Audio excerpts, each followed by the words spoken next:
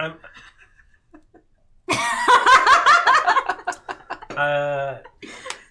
All right. So, yeah. Hi, everybody. Welcome. Sam is going to wear my skin as a jacket, apparently. I never said any such thing. Okay. So, good. Okay, great. This is off to a good start. So good evening, everybody. Thanks for tuning in to part 4 of 6 of Before the Gates, our Geist. Our Geist, I know. It's yeah, we're past the halfway mark. And indeed living on a prayer. Yeah. This is our little ghost story that we started telling to prep for Halloween, just to get us through the end of the year. And we're enjoying the hell out of running some Geist. It's been a lot of fun so far. Thank you so much for sticking in there and tuning in to us. We are without Markeia tonight. She had given us heads up that she was going into the underworld. We have not heard back from her. we assume she's coming back, but we will see. I don't know if we have a lot of housekeeping before we jump into tonight's game, unless you guys want to go around the table. Okay, yes. Of course, yes. You have an entire A week. lot of stuff, yes. I do. So check me out on Twitter. I put up my schedule. But the main thing is that I won't be here next week because I'll be at Lost Odyssey, which is the D&D streaming game that we're going to be doing for autism's... I don't want to say the wrong one, so I won't say it. I believe it's Autism Society. Yes. Not Autism Speaks. Absolutely not. But yes, so that'll be also streaming on Twitch, but check out lostodyssey.com for tickets and where they're streaming. Other than that, yeah, check out my Twitter. It has my weekly schedule of what's Xander's going to Xand. I am. That's all I can do. Yeah. What about y'all two? What y'all got? Shira on Sunday. Oh, right. Yeah, Shira, you're going to be on that, right? I am. Very important. Yeah, that's what I'm very doing. excited for my character. I am also very Are we allowed to know? excited for your character. I don't know. Nope. See, I asked this time. I'm your Benedict Cumberbatch, not you, buddy. Thank you. Sam's always doing a million things. What are you doing, buddy? Yes, but importantly, I am doing this show, which is available now on podcast on Spotify. Hey! So you Very can cool. listen to all of the previous episodes and, subscribe and rate and We're also on and all YouTube. that good stuff. We are also going up on YouTube. And you can like those and comment and subscribe to QueueTimes there. I've done a big heckin' boost. Oh, one more thing, too. Thank you so much to all of you that called in on Discord and did more Malibu media recordings that was me. so cool. So those are slowly rolling out in the playlist both on QueueTimes and on the Malibu Medium YouTube page. Amazing. Yeah. Real quick, before we get underway, I just wanted to thank everybody before we started tonight. I went through the very nerve-wracking procedure of launching a coffee this week, and I was very. I've been dragging my feet on that one for a while now, and Sam finally smacked me upside the head and told me to do it, and so I was nervous. And thank you so much for your support. Thank you for proving I was right. Thank you. That's a good idea. The most important Now Sam thing. gets to hold that over my head forever. So I couldn't reach. I understand. It's just weird because you said coffee wrong, and so... Coffee. There it is. I never... I have to say, somebody pointed that out on the coffee account, and I never made that connection. I never made the connection. Look, you are best friends with someone who has ADD, so if you said something and I didn't hear it, chances are I did hear it, and I didn't hear it. So... It just means I get to reuse my jokes. It's perfect. That's true. Yeah. All right. I think without any further ado, we can go ahead and jump into tonight's story. Yes, you have an announcement? One more? I'm excited! Okay. Yay! I can see that, yeah. All right. Let's go ahead and jump into tonight's episode of Before the Gate. That is a character trait that I share with Mel. Yes, I decided to strike first. Sam had made the threats that wearing me like a jacket, so I had to do something. What did Rave have to do with it? I don't know. Collateral damage. I don't know what to tell you. Oh, God. We would never be able to there we go. We would never get away with this shit at GNS, and I'm so happy to be fucking around. Whoa! The language. Sorry. Shit, sorry. Fuck. Okay, so we're getting the giggles out. Stop fucking swearing, all of you. I know that we're going to be getting the giggle fits before episodes of Before the Gate because this game gets so serious. Oh yeah. So it's like we It's because you stress me out, Eric. I do. I can't help it. You got to tell a ghost story.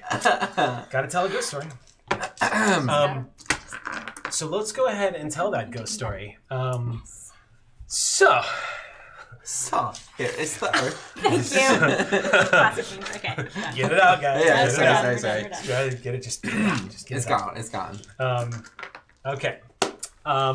So where we last left off were that we had finally reached the point where y'all were going to be making your way over to Michelle Curiel's place for a piano lesson. Now, a lot of things had been revealed in the last episode. Would anybody like to tell us and do a recap? This is one of the things that I used to do at the gaming table. And in the old days, if somebody wants to do a recap, I will reward an experience point. Oh no, I didn't do the thing! Okay, here we go, everyone. Yeah, we discovered we're going to investigate Michelle Curiel, who is a piano teacher from the past, who is still alive, or is still a piano teacher to this day, who may have had a connection with the ghost that we're currently investigating, who is Darren McAfee. One of those.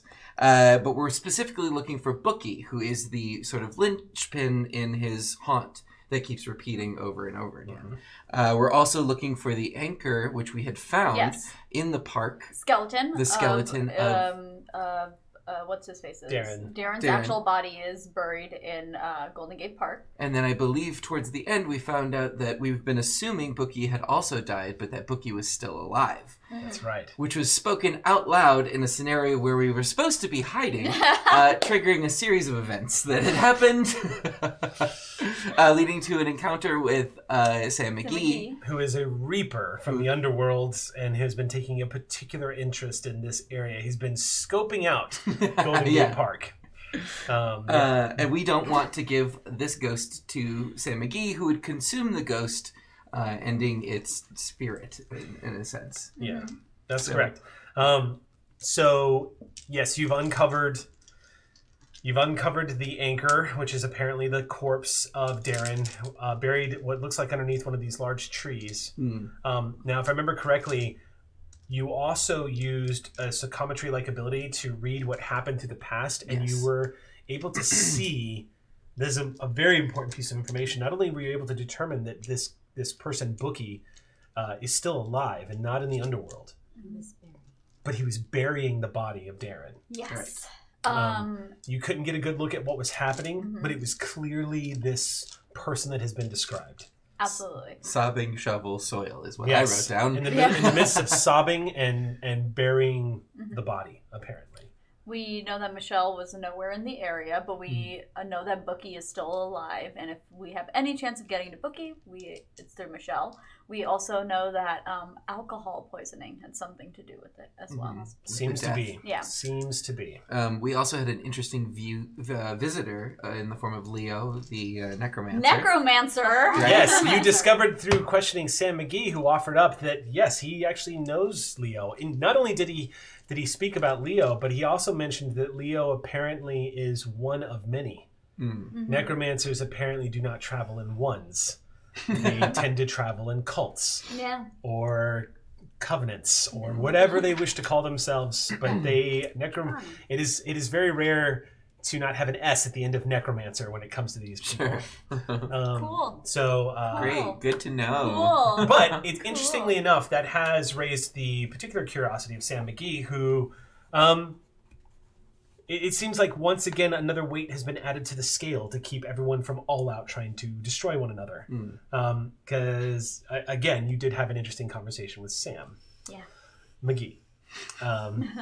Who, if you would like to recall Sam's parting words before we left the last episode. Oh yes, Sam McGee, the skank-ass liar. Whoa. Tell us how you really feel. Who said, what was it about my wife? Oh, right. Yeah, because he's a skank-ass liar, remember? Who said that he hadn't seen my wife, but... So it's the next morning.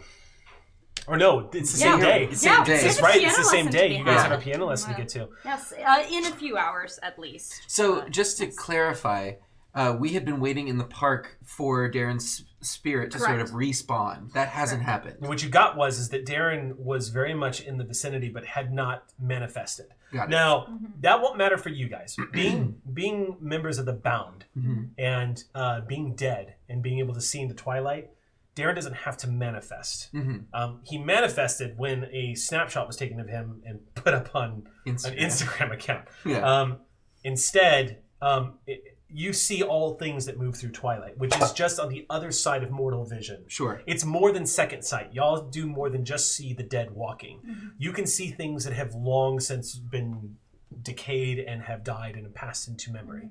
So again, a look over San Francisco, as you discovered in the last game, also reveals buildings that are standing that should not be standing, almost overlaid over buildings that are still there. Yeah. And it is entirely conceivable that you can interact with those spaces. But when we had looked even in Twilight, we hadn't seen him. You hadn't seen him yet. Mm-hmm. Yeah. But yes, he is in the vicinity. Okay. Yeah.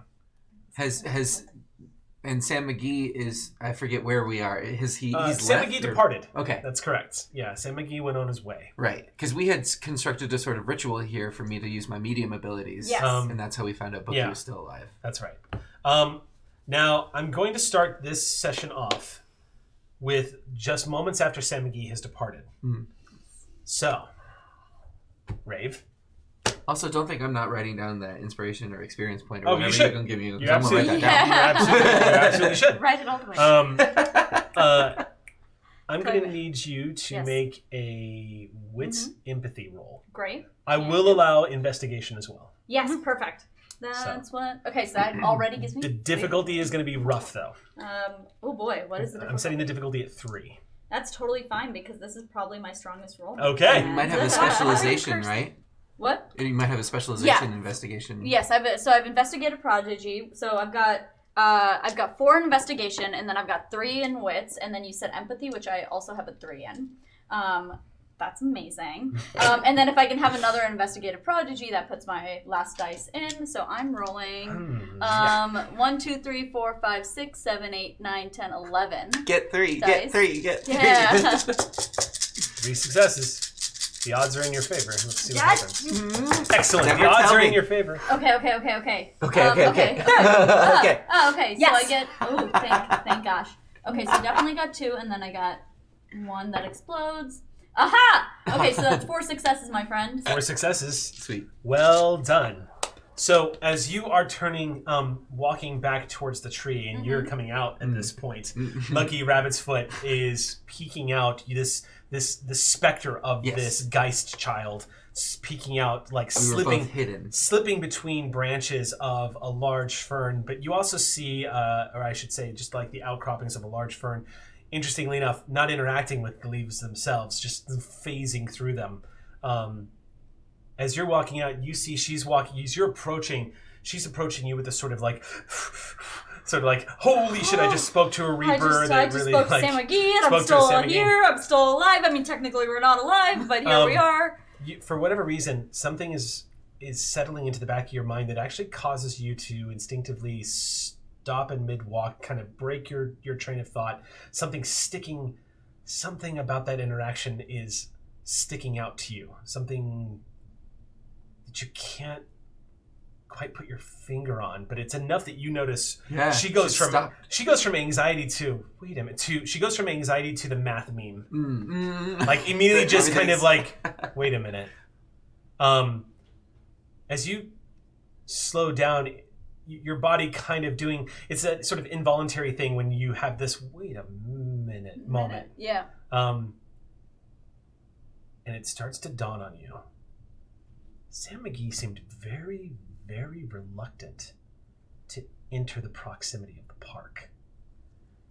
Huh. And it stands out to you because that's the same thing as last time. In fact, you're not sure you've actually ever seen him enter the park, but he called you over. He squatted down. He wouldn't come in. Did Sam and then he McGee left. seem extremely reluctant to pick a fight?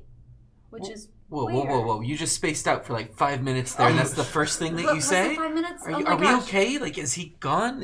What happened? He's gone, but we've never actually seen him enter the park, have we? Is that weird to you? That feels weird to me.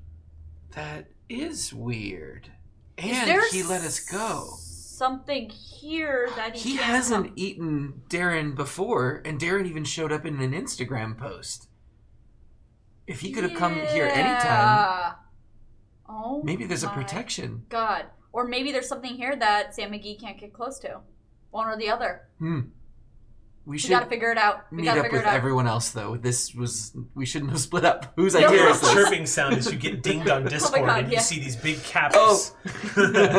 You see the big capital letters from Betha saying, "That's what I've been saying." Hi, Betha. I faced down Sam McGee and I'm not dead. Be proud of me. Quiet voices. Oh, quiet it's okay. voices. He's gone. I I know, feel so still- brave. I can I'm hear so you. excited. Remember? Yes, you're Question everywhere. mark. I'm just excited. Let me So you have the flower, right? To that we're going to use to lure. You have the flower. I have the flower, but have you seen Darren? I have not. Darren. Okay, but see, that's a good thing.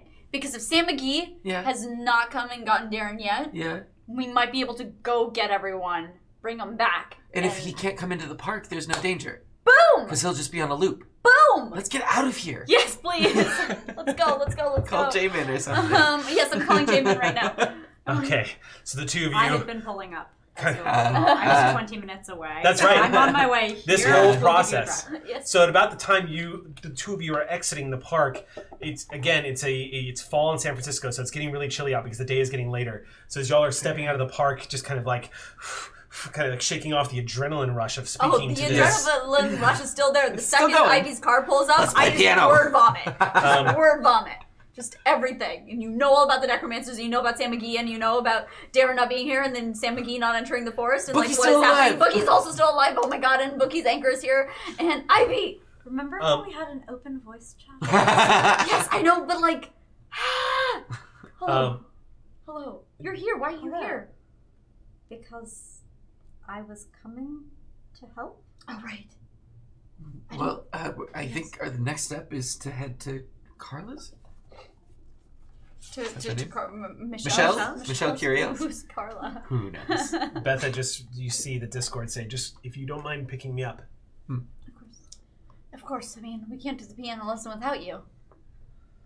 So we can cut to the scene, a quick snap of like you all pulling up next to this cafe where Betha gets up from one of her tables and steps in, gets into the car, and as she's closing the door, the disturbing sort of like shock of this dread Geist just stepping into this car as well. Bo, again, the consummate stoic looking Geist that is sort of given away the roiling emotion that's underneath from the black inky cloud that seems to constantly envelop and swirl about him. She sits down and gives him a look and just says, all right, it's going to be very difficult to do a piano lesson with this one standing over my shoulders. But we're not there for a piano lesson, necessarily. We're there to talk to Michelle. And maybe it'll spark a connection. What are you all going to be doing while I do this? I thought I might vlog. And she I'm looks your at- assistant. I That's have to true. be there. Do you not want us to be there? Well, let's feel it out. Okay. I think it would be good for all of us to be, just see what we can get from Michelle. Agreed. As the humming of the car begins, the background music of this, as everyone's driving, it's very quiet for a second. And Betha finally speaks up and says, I'm just going to put this out there. Niles told us not to trust a word that came out of Sam's mouth.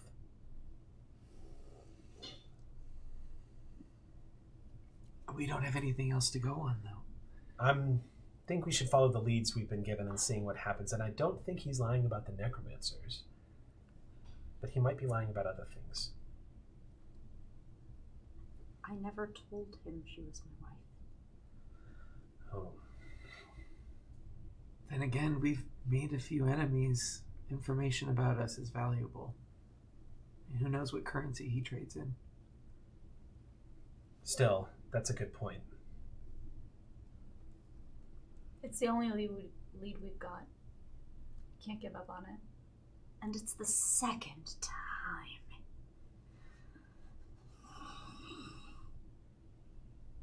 He knows something.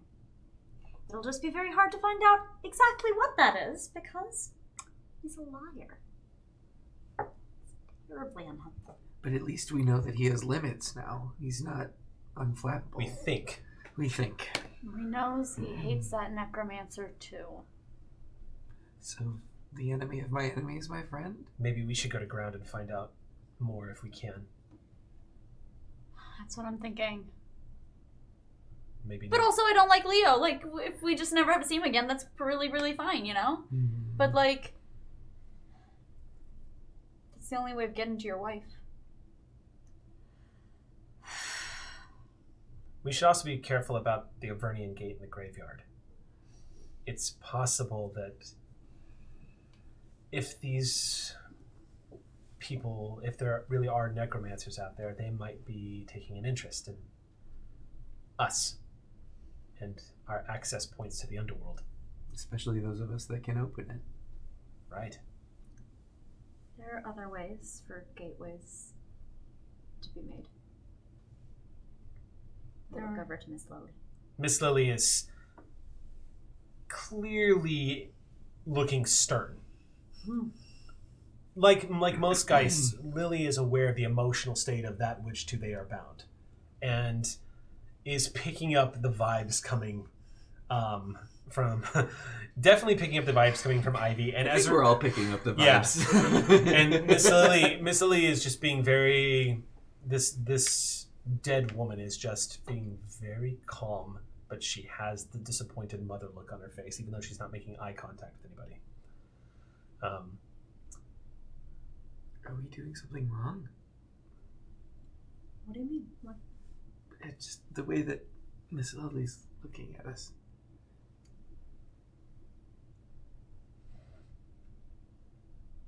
I think,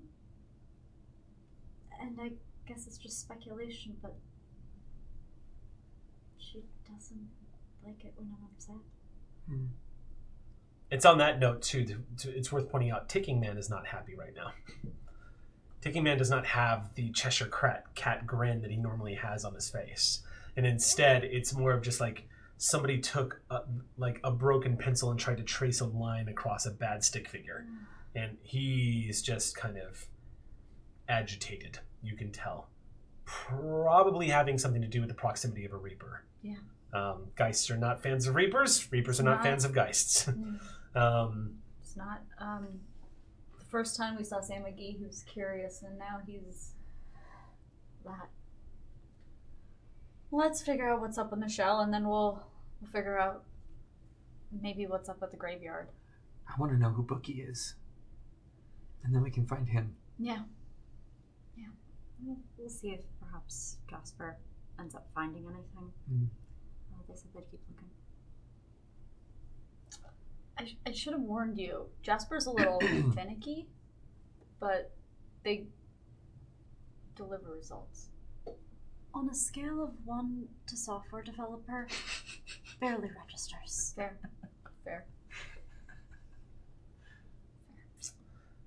The trip across the Oakland Bay Bridge is definitely unique, as it has been since you all came back from the dead.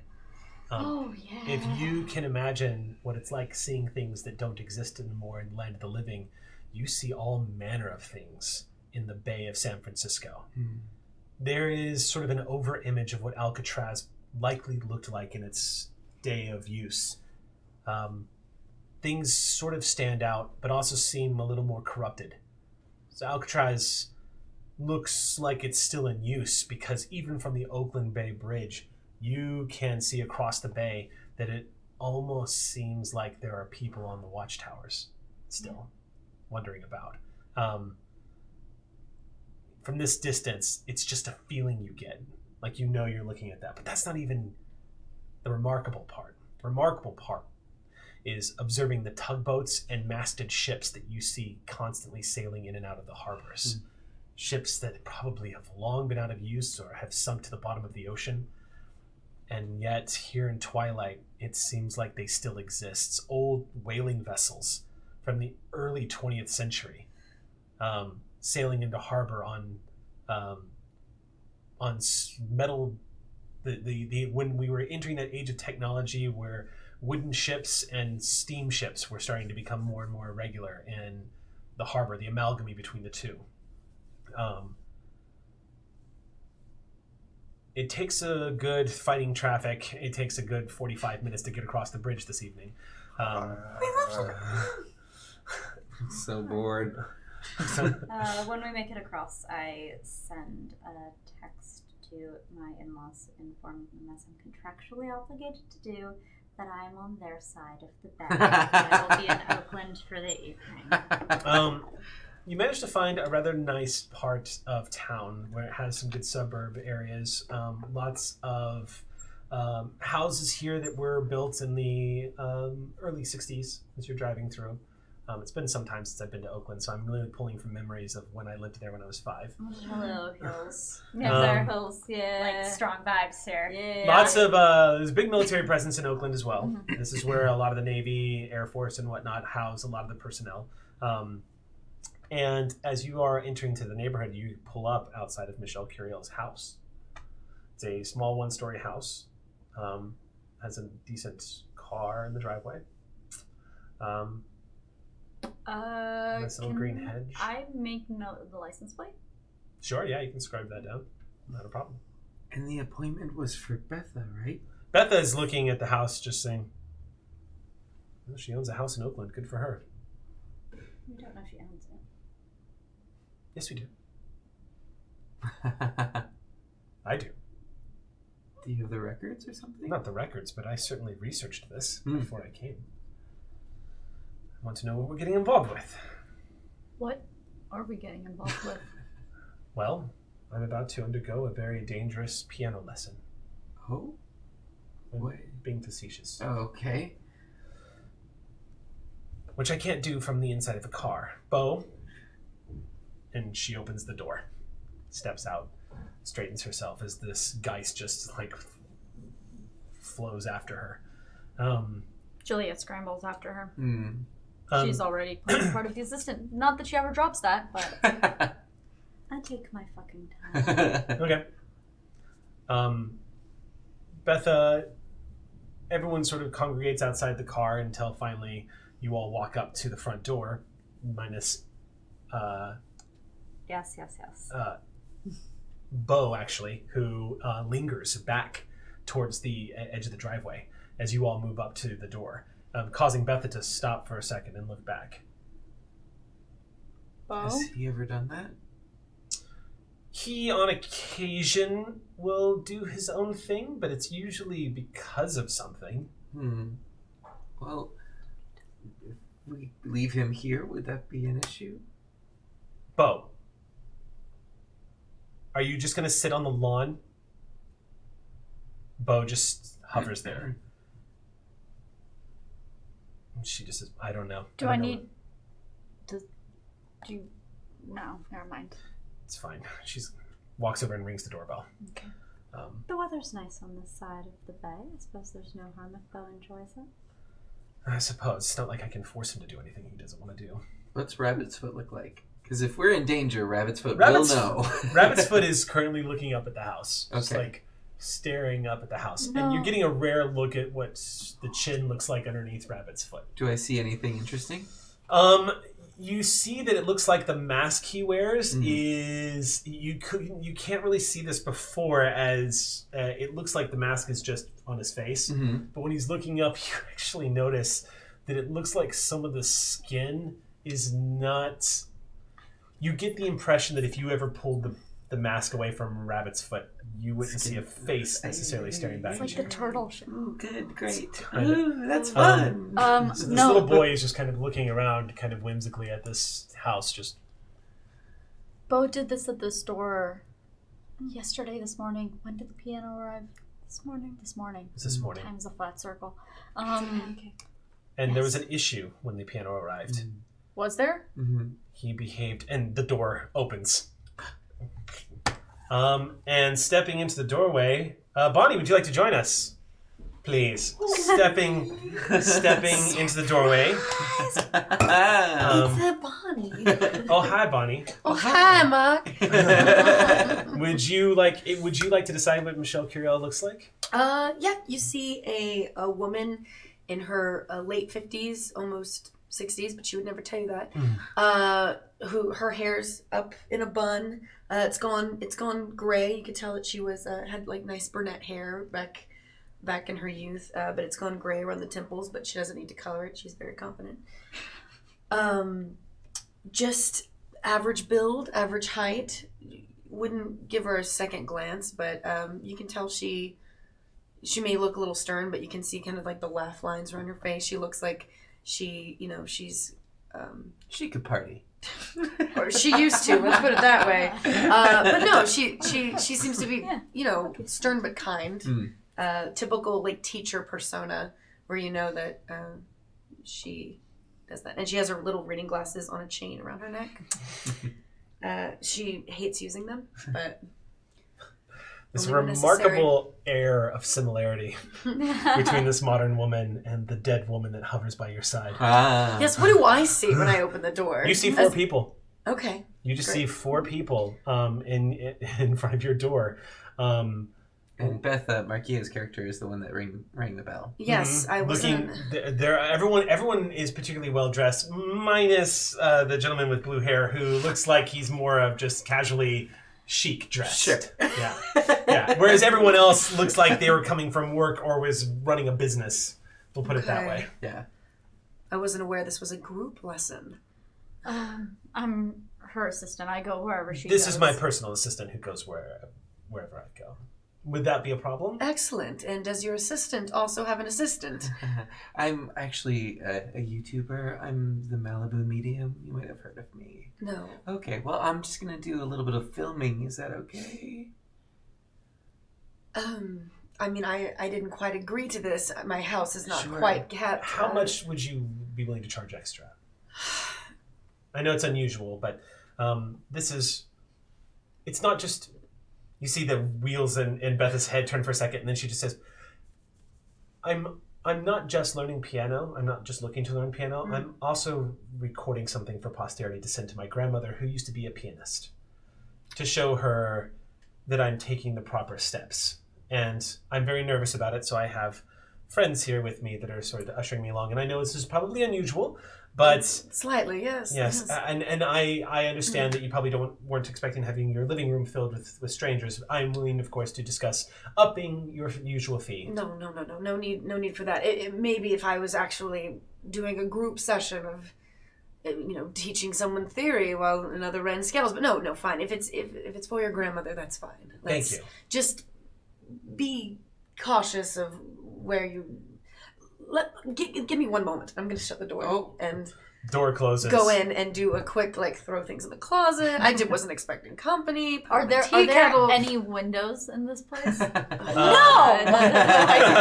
Also, run to a mirror. Oh my God, I'm going to be on camera. I no one told me. If there's tall windows, I want Ticking Man to look through. Ticking Man can literally stick his head through the wall. Yeah, that's true. But Juliet's trying not to be impolite. She's like, we have boundaries. We have boundaries. But so look would you like the Ticking Man to scout this? Yes. Okay. So that's going to actually be a roll because you're going to have to communicate that somehow to this Geist. Yeah. Great.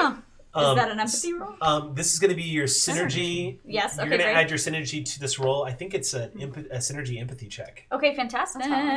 So 3 plus 3. I'm rolling 6 dice, my friends. Can I count? Yes, I can.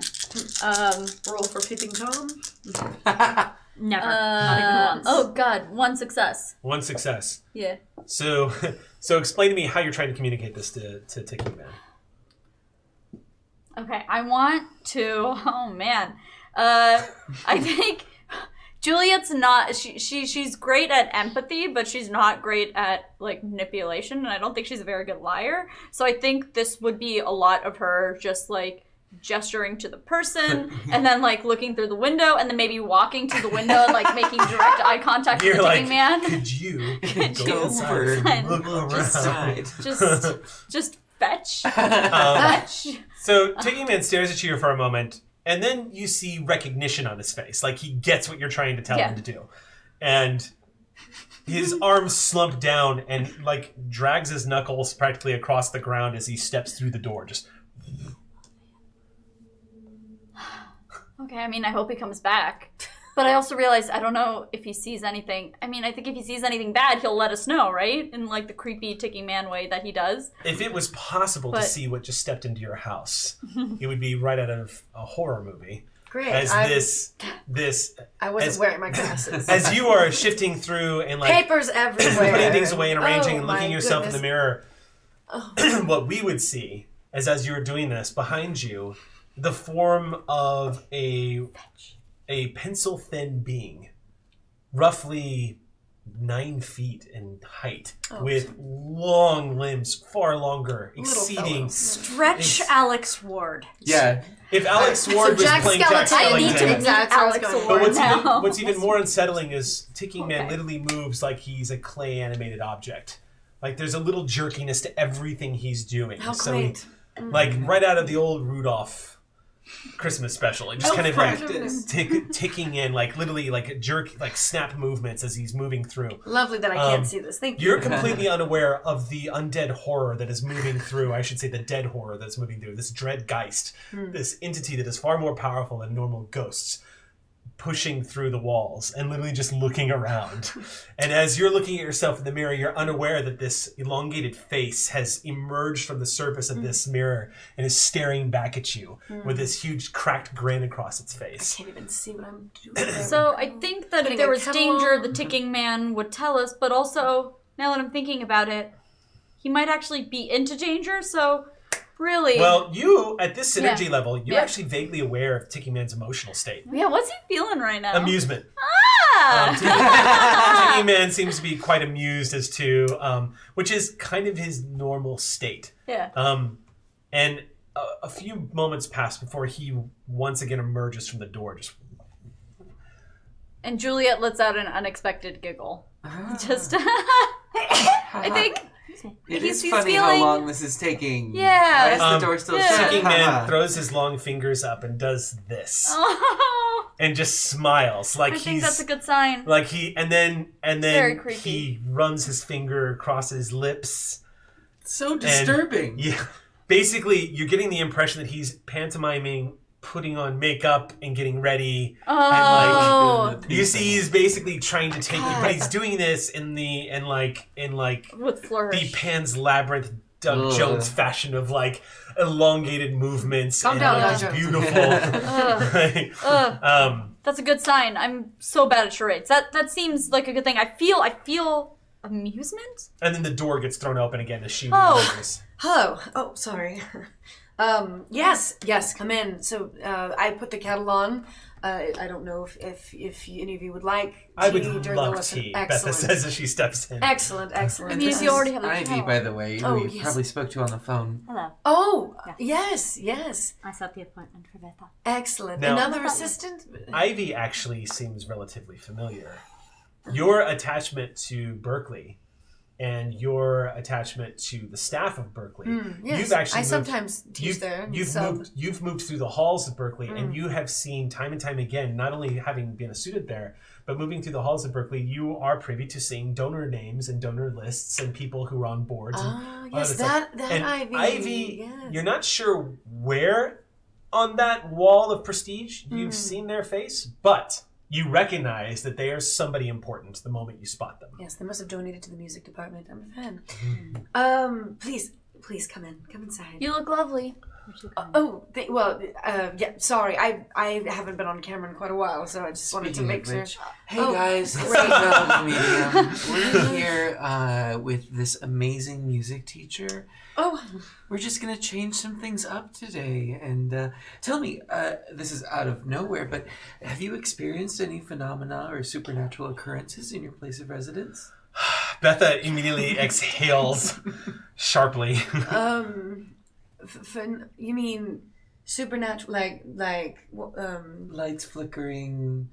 Oh yes, but I was having issues with a breaker, and the electricians came, and I'm sorry. Is this? I'm gonna No, go it's home not. with the Maybe we tea. can do this And later. Oh. Juliet's gonna go off even before you give her permission. Subscribe. Great.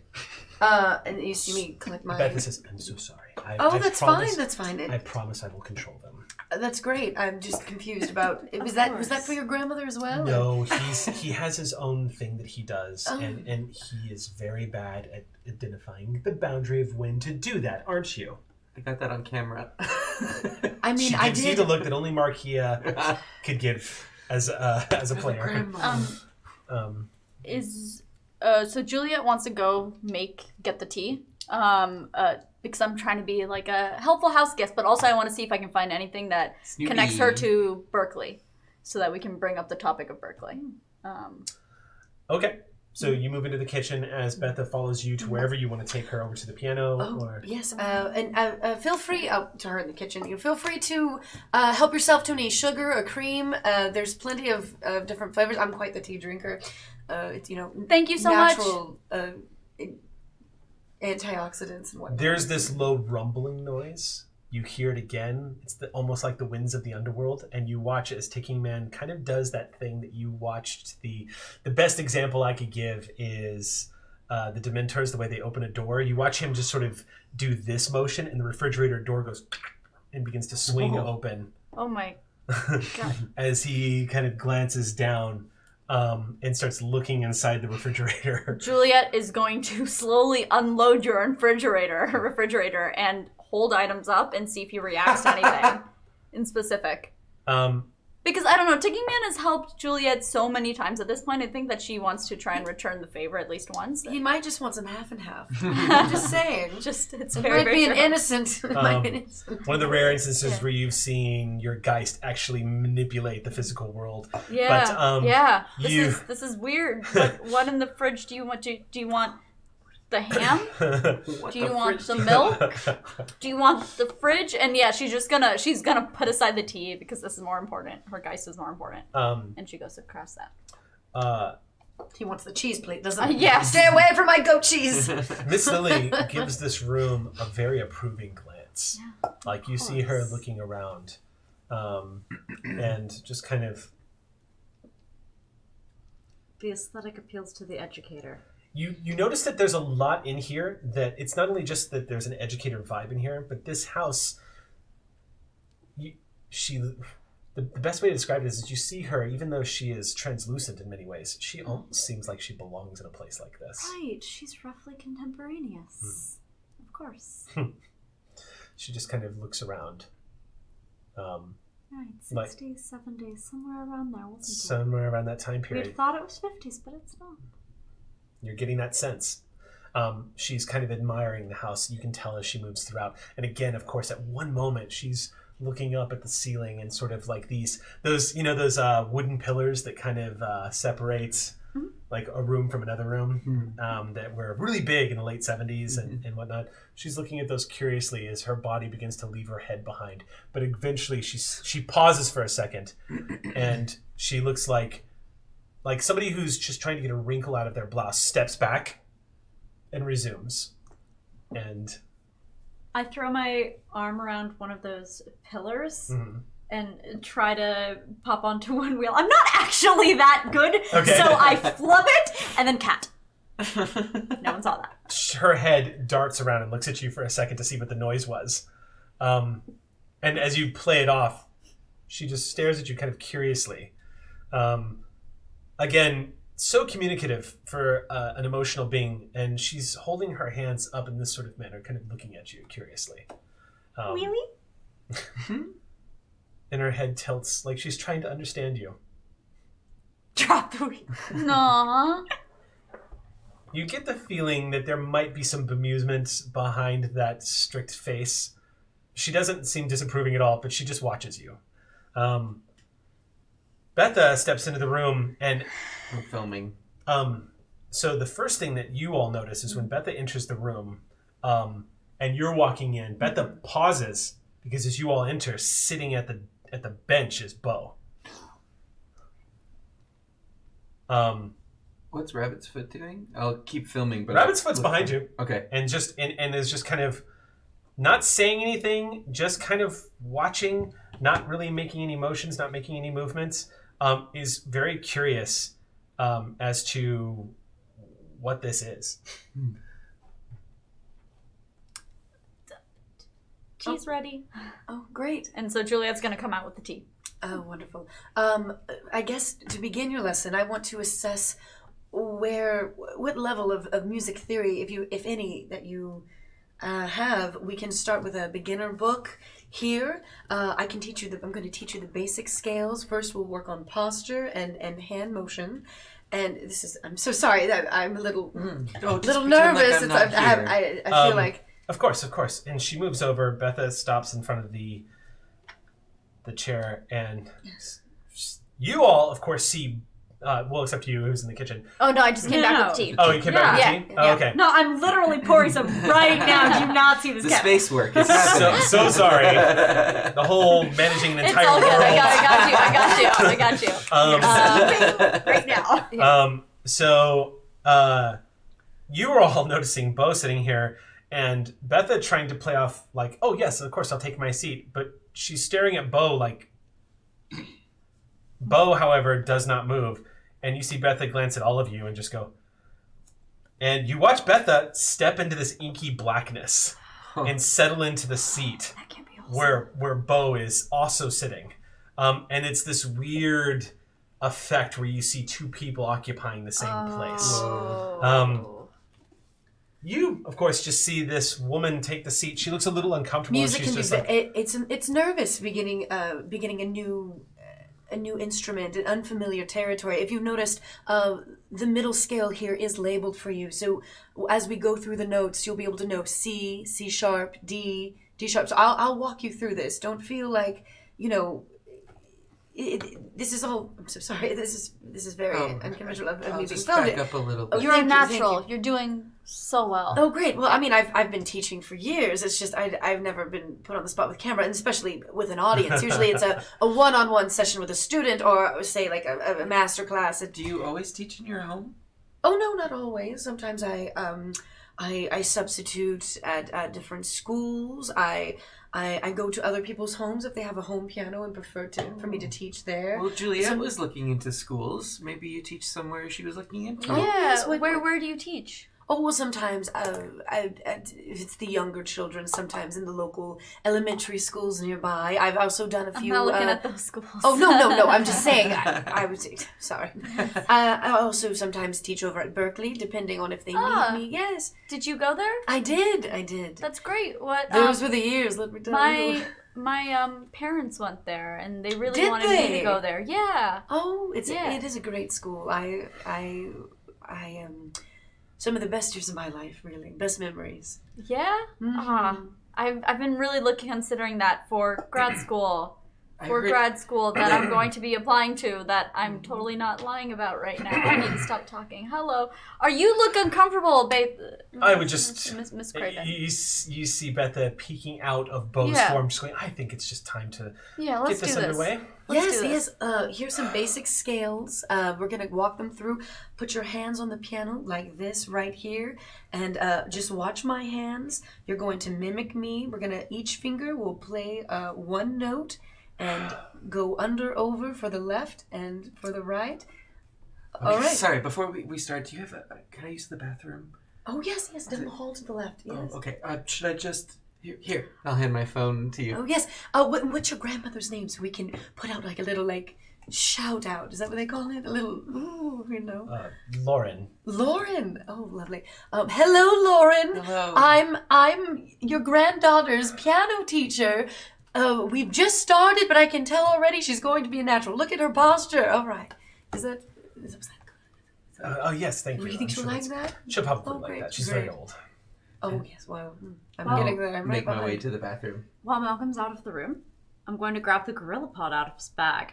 I'm going to take that phone. I'm going to put it somewhere relatively discreet so it doesn't keep bothering them. But your boy gets the footage he needs and no Juliet- one's bothered. And Juliet stopped taking really unflattering angles of everyone. Yes, please, my double chin. No. Yes, thank you. I All think right, I know ready? what to do with this. Basic C scale. C, D. As she raises her hands, you all watch suddenly as her face changes, and Bo just goes like this, and you watch Betha suddenly, her hands go up and match his. And as his fingers come down, their fingers come down onto the keys, they begin to do the scale. Ding, ding, following your lead. And then slowly, you're hearing the scales. Ding, ding, ding, ding, ding, ding, ding, ding, ding, ding, ding, ding, ding, ding. And you are all starting to, it takes just a fraction of a second for you all to realize that this soft, perfectly just brilliant technique, she begins to play Clair de Lune. And you watch Betha's face kind of like she doesn't know what's happening to her, and you see it head tilt outside of Beau, who's staring down, and her arms, her hands, they glide across the keys. It's enough that everyone in the room, for this particular moment, as she begins to play, as surprising as it is, it actually kind of causes your heart to stop in your throat for a moment, as the emotion that is pouring out into the keys as this soft, beautiful melody is played across this keyboard. And across Betha's face is this expression constantly fading in and out of this highly focused gentleman that's sitting in the same spot as her. But this, like she's hearing something from a distance that she recognizes but can't understand what's happening. And Beau's fingers, occasionally you'll see the knuckles emerge from her elongated fingers, giving it the look of almost like there are spiders playing across this keyboard as these fingers play. And what you all stop, even the Geists in the room, stop and turn. And for a moment, as Beau plays this using the fingers of Betha, you all are privy to the sounds of what could be considered one of the most masterful renditions of Clair de Lune that you could conceive of hearing. It's certainly bordering natural and stepping into a world that is being fused with emotionality that only those from the other side could understand, bringing what it is to look back on life from the underworld as Beau plays what is left of his heart out into this simple tune. Every emotion, as the key pounds and it begins to pick up, and this builds to the ascendo and then just begins to slowly taper off. And after a few moments of dead silence, when it comes to the end of the song, Betha, you see her face is, her mascara, it's just ruined. As she comes to a stop, if she stops playing, she just goes, that was the most beautiful rendition of Debussy I've ever heard. She just goes, me too. Beau gets up and turns towards everybody, and without making eye contact, almost as if he has just finished a performance at a music hall, bows. I have to fight the urge to clap. Yeah, what is the darkness around him doing? It's swaying like seaweed in a current. It's not twirling. It doesn't seem like it's violent. It's not. Most of the time, it reflects his emotional state, but instead, it actually looks like he, in fact, looks like he's underwater. Like Revati, almost. Am I on one of those prank shows? That must be it. With the filming and because I'm sorry, I need to. And Betha stands up and says, I need to, I just need to get some fresh air for a second. And she steps out and Beau follows. And you were all left in the room.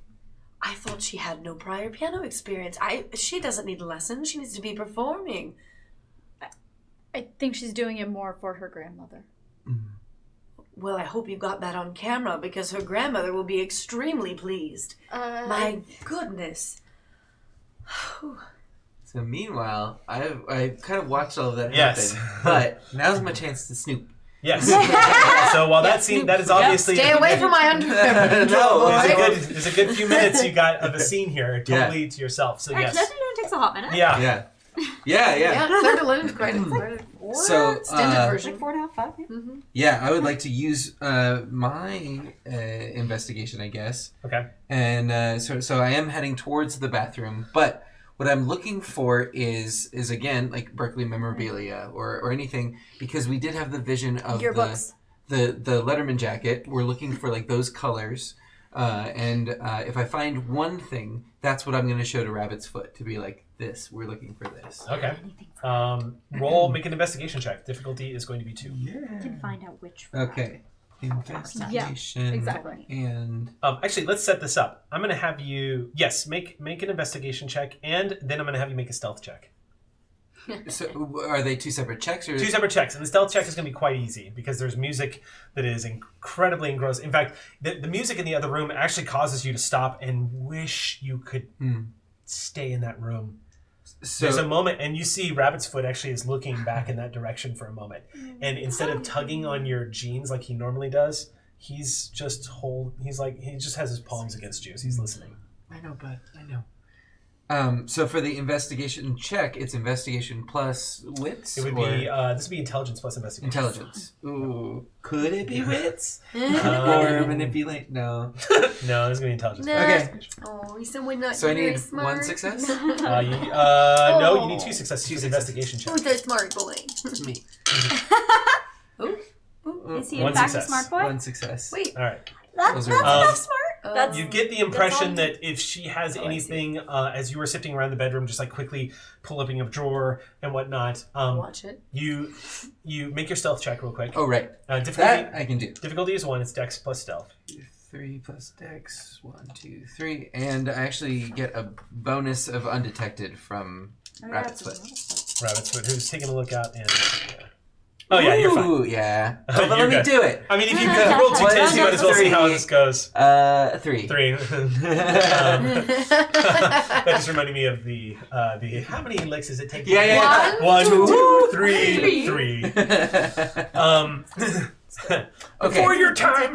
Don't worry about it. It is in fact No, my time. yeah. No, it's before your time. It's fine. Shut up! Actually, I would like to use one of Rabbit's Foot's abilities because while we're going through all of this, he has the ability Emotional Aura. And So he can detect like items or... Nope. Okay. So what it is he feels an aura and it creates the feeling around us. Oh. So what I'm going That's to some possession do shit. is create the emotional aura of nostalgia, just to get everyone in the mood for sharing about the past. Okay, so when you re-enter the room then, is what you're doing? Because right now you're alone in the Yes. bedroom. Yeah. So we're Okay. working together. We're looking through stuff. Okay. We're not really finding anything. Okay. So we're both feeling the frustration and. Look, you get the impression that Rabbit's Foot doesn't know what you're looking for. Mhm. So as you're like looking through things, you see him mimicking you. Right. No. You know how like a Aw. kid would take his toy lawnmower and follow the dad around as Yeah. he's mowing his lawn? It's kind of the same thing where Rabbit's Foot's watching you search through a drawer, and so the Rabbit's Foot sticks his head into like a dresser.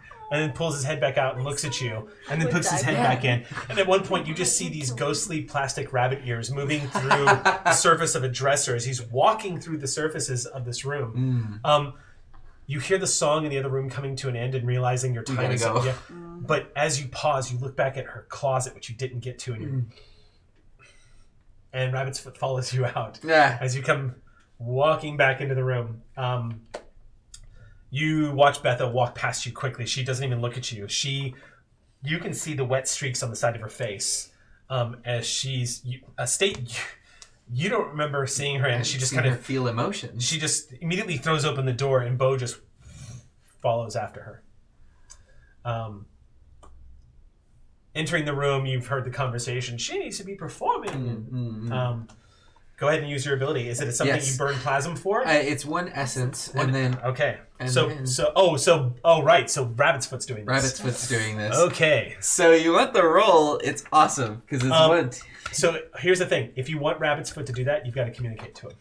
Right. So that's where we were going with the emotional connection of the frustration, and then I want to play into his feelings. So it's a roll to get the synergy then. of wanting to help. So make the synergy roll, and to communicate Rabbit's Foot, I need your help here. Got it. Can So you use your power, your ability to synergy plus This is empathy.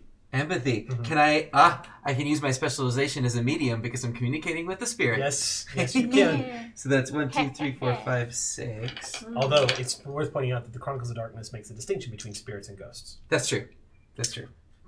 Yes, I would just take one away from my specialization. Okay. You're fine though. Well, we know that. You Uh-oh. do know that, yeah. Uh-oh! Oh, wow. Does Gozer appear? What happens? Nothing. I No guess successes? it's Wash. Wow. I would like to use my point of inspiration. 9 die and not one And not success. Well, Sorry. So Sad. however long it takes us, remind me in the future whenever we play D&D that you want to use a point of inspiration. Oh, is that what I got for doing? No, that's an what XP. XP, dang it. Yeah. Well, I wrote something down. So Rabbit's Foot doesn't seem to understand exactly what you want. So here's what I'm going to do. I'm still going to allow you to use the ability. Right. But I'm gonna increase the difficulty of this. So Okay. is it a roll? It is a roll only if it's contested. Okay, then I'm gonna say it's contested. Okay. So it's, my power and finesse, or Rabbit's with power and finesse, versus resolve plus composure plus supernatural tolerance. which you don't have any of. So resolve. What is your resolve? It's pretty good, actually, if I Where remember is correctly. it? Oh, a 2. So 2, and your composure is the good one. Yeah. My That's also up in the composure attributes. Is 3. So you have a 5. total of 5. So subtract 5 dice from your pool, Okay. So, and all right. That's 1, 2, 3, 4, 5, 6, 7, 8, 9, 10 plus. What was it? Power. 1, 2, 13. Geist. Minus So five. 5 Geist. is what, 8? Yeah. Yeah. Geists, man. Listen, I rolled 9 last time and didn't get anything. 1, 2, 3, 4, 5, 6, 7, 8. See what happens. Oh, Better. yeah. much better. Go ahead and just 2. Okay, so 3. Nice. So when you enter the room, even at the you're trying to communicate to Rabbit's Foot, and Rabbit's Foot just like looks kind of confused for a moment, and then seems like taking a shot in the dark. You see Rabbit's Foot go into himself a little bit like And this. I want to encourage that. Yeah. So I'm assuming you're doing this outside the room. Or Otherwise, like she's along the way or something. yeah. You come back into the room about the same point where you're finishing up, so you don't see her. So she doesn't see you talking to nobody. Right. And at about that point, there's this wave of emotion that everyone is, unless you want to resist it. Oh, actually, No. yeah.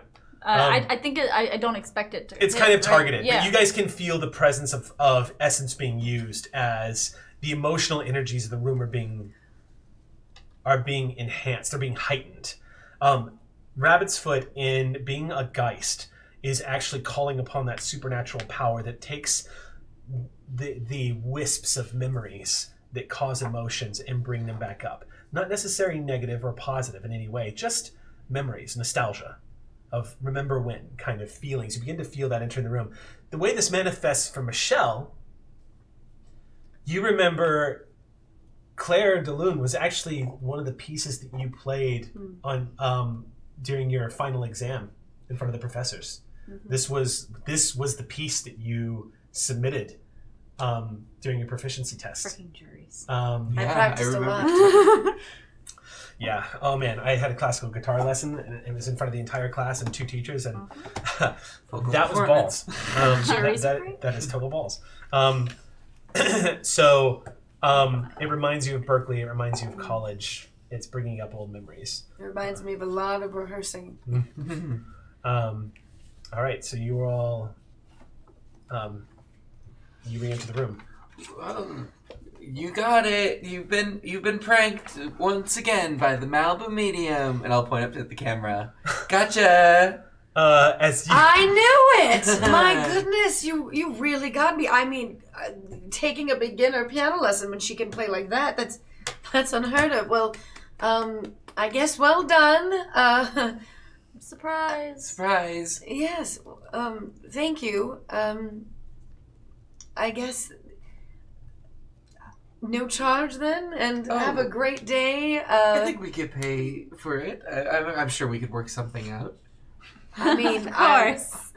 I'm not going to charge her for playing one scale. But your time is valuable, and you're helping me out with the content.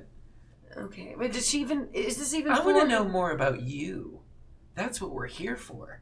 How so? Our audiences found that they connect more with a prank when there's a little bit of a backstory. Oh, I don't remember that on America's Home Video. Oh, it was there in the form of Bob Saget. Oh, Before your yes. time. Yes, I love Mr. Saget. So tell about yourself. You were a teacher, you said. And... Yes, I mean, there's not much to tell. I teach. I volunteer. Have some tea. Oh, thank you. I mean, it's your own. Michelle, you're starting to get beyond that nostalgic vibe. These You kids. You start to realize you're in your house, surrounded by strangers, and you're starting to feel a little like they're all circling. They're all surrounding and looking at you and asking you questions. Yes, I feel like I'm surrounded by sharks, friendly sharks, mind you. But this is a little. How old are these people? How would y'all like? It's worth describing yourselves. Really, yes. Yeah, I'm like 20s. Like, I knew it. I knew it. I'm also late 20s, I would say. All right, young. I'm a grad fresh-faced. student. All right. Late 30s, early 40s. Definitely a shark. Definitely someone I can. Same with Beth, around that age, I think. Right? I don't. No, I think maybe a little younger. I think Beth is early 30s. Just young in my mind. Mm-hmm. You and I maybe could have an intelligent conversation with them. But these millennials. Okay, boomer. Whoa. I'm attacking myself. No. I'm hip. I have to teach the kids. I know. I teach most of my elementary school kids how to play Baby Shark. It's fine. Oh, I'll get rid of the camera. We can forget about this. Oh, sorry. Is this not for the show? Well, if it's making you uncomfortable, I don't want to. Oh, it's not that I'm uncomfortable. It's just it's not often I just get so much company, especially unexpected. That's true. That's a shame. I mean, you have a lovely home. Thank you. I'm going to do my little skim of the mantle for photographs kind of thing. You see lots of photos. You see a couple of older photos. Michelle seems to have lived a very giving life. You see a couple of pictures of her in it looks like Journeys Abroad, where she apparently was teaching kids music. You see a few of them. One of them looks like she had a trip to Spain. You see a couple of pictures of her and friends at like Carnegie Hall for a concert. You see a bunch of this is a life dedicated to music. And you do see the degree from Berkeley. And a couple of old photographs. You pause. Go ahead and make a roll real quick. This is a I will accept either an investigation or a perception check on this. Okay. Let's see. I believe that perception's wits resolve in this game. That is correct, yeah. And versus wits investigation, those are identical for me. I will expend a point of willpower for an additional plus 3 dice. Oh yeah, I forgot about that. Well, but you had 9. That's true. It's not like the V5 true. reroll, so there was no reason to think it would go so wrong. This one does not go so wrong. So far, we're at 4 successes. 4 successes with 2 10s. Yes, so that's 5 successes. Exceptional successes. Yes, give me that exceptional success, please. You pause at the photograph because there's Darren looking right back at you.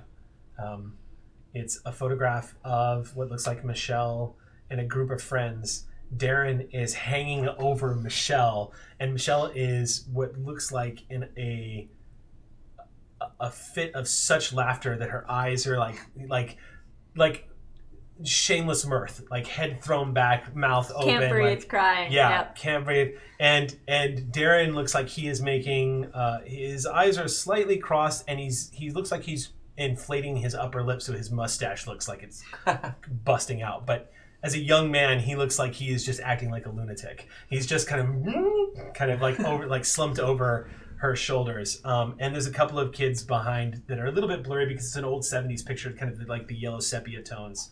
But it's unmistakably him. To be young, right? Oh, yes. Eric, can I ask you what the date is? Do we know what Of that picture? No, of... The now. present date? I don't remember the exact date, but it is 2019. It is Right, It is, I was thinking fall. like So I fall. think I actually think it's okay to pull it. I think we actually placed it. Isn't it a day after Halloween? Yeah. Yeah. Yeah. Okay. Yeah. Because Okay. it's the same day. Mm-hmm, So November 1st. Yeah. 1 week ago. Okay. It's been I was curious for my own... I'm gonna go back and watch the VOD, and I'm gonna realize this was the moment that Rave whispered something that almost caused a murder to take place live on Twitch. What happened? I missed it. I wasn't looking. What's happening? He got 3 words out of her mouth. What's the It was murder? almost a death. What? Rave almost went into the song that I was constantly singing. Oh. And it I'm so saved sorry. her, killed Please her. continue. No. Please continue. It's November. No, I don't. You know what? Nostalgia's over. I'm done. Oh no. You want So- information? You're not getting it from me. I don't know that feeling of the laughing. So yes, we'll actually totally use that because that is the sensation that comes up when you're looking at this picture as Ivy points it out. As I just put that back up there on the bookshelf. It's one of my favorite pictures from my wild college years, which I'm sure all of you have just recently experienced, right? Recently. Well, I mean, I totally went to college. Is that your partner? oh no. There was a time where you could say that I wished it, but things were not, you know, it's just, he was my best friend. It was? Yes. I'd like to think he's still out there being, you know, his goofy self, but I really don't know. Oh, I'm so sorry. Did he happened to him. pass away? Well, he went missing. Oh. And they never really found out what happened, so still a little bit of a sore subject. I tried for years after to find out anything I could, but he was my world. I'm so sorry.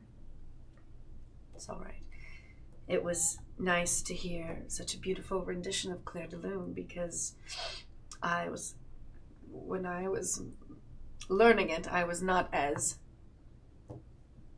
I guess, structured as your lovely friend played it, and I rehearsed it a little too many times, but he would sit and listen to it over and over and over. Just so I wouldn't have to rehearse it alone. He fell asleep most of the time, but he wasn't a fan of Debussy. I'm sure he was just messing around. Yes, he was quite a clown, actually. You remind me a little bit of him. You have that, What? I don't know, the big personality. Mm-hmm. I see. Oh, Well, thank like, you. you just seem like you're quite the prankster, you know, with Uh-huh. your pranking show. You got me, and fam. and I am so a he would be YouTuber. quite the he used to sneak into my classes whenever he knew I was having to do a performance in front of the class or the professors, and sit way in the back and make sure that I could see him and no one else could, and try and distract me every single time. I don't know how many A's I didn't get because of him missing a page turn, or luckily it was mostly all up here, so I'd be 5 pages behind and still be all right, but not for lack of trying on his part. There's different times back then, right? I mean, a missing person's it's almost impossible. You're starting to get a feeling of deep satisfaction talking about him. This emotional manipulation that's in play from the unseen Geist that is hovering in this room is just feeding this need to talk more about this nostalgic moment in your life. I mean, I don't want to bore any of you with old college stories or anything, but he's... You know, he is the most special person I could ever remember, and the only person I feel like I've ever really truly loved, too. Oh, so was it romantic, or? Oh, no. Don't tell my ex-husband this either. But no, I wanted it to be and tried desperately to get him to fall in love with me. And, you know, back then, being different was not as accepted as it is today. And he didn't feel like he felt like he fit in with the rest.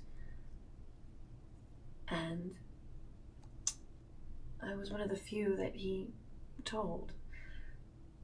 It was someone else? Yes. He was in love with someone else.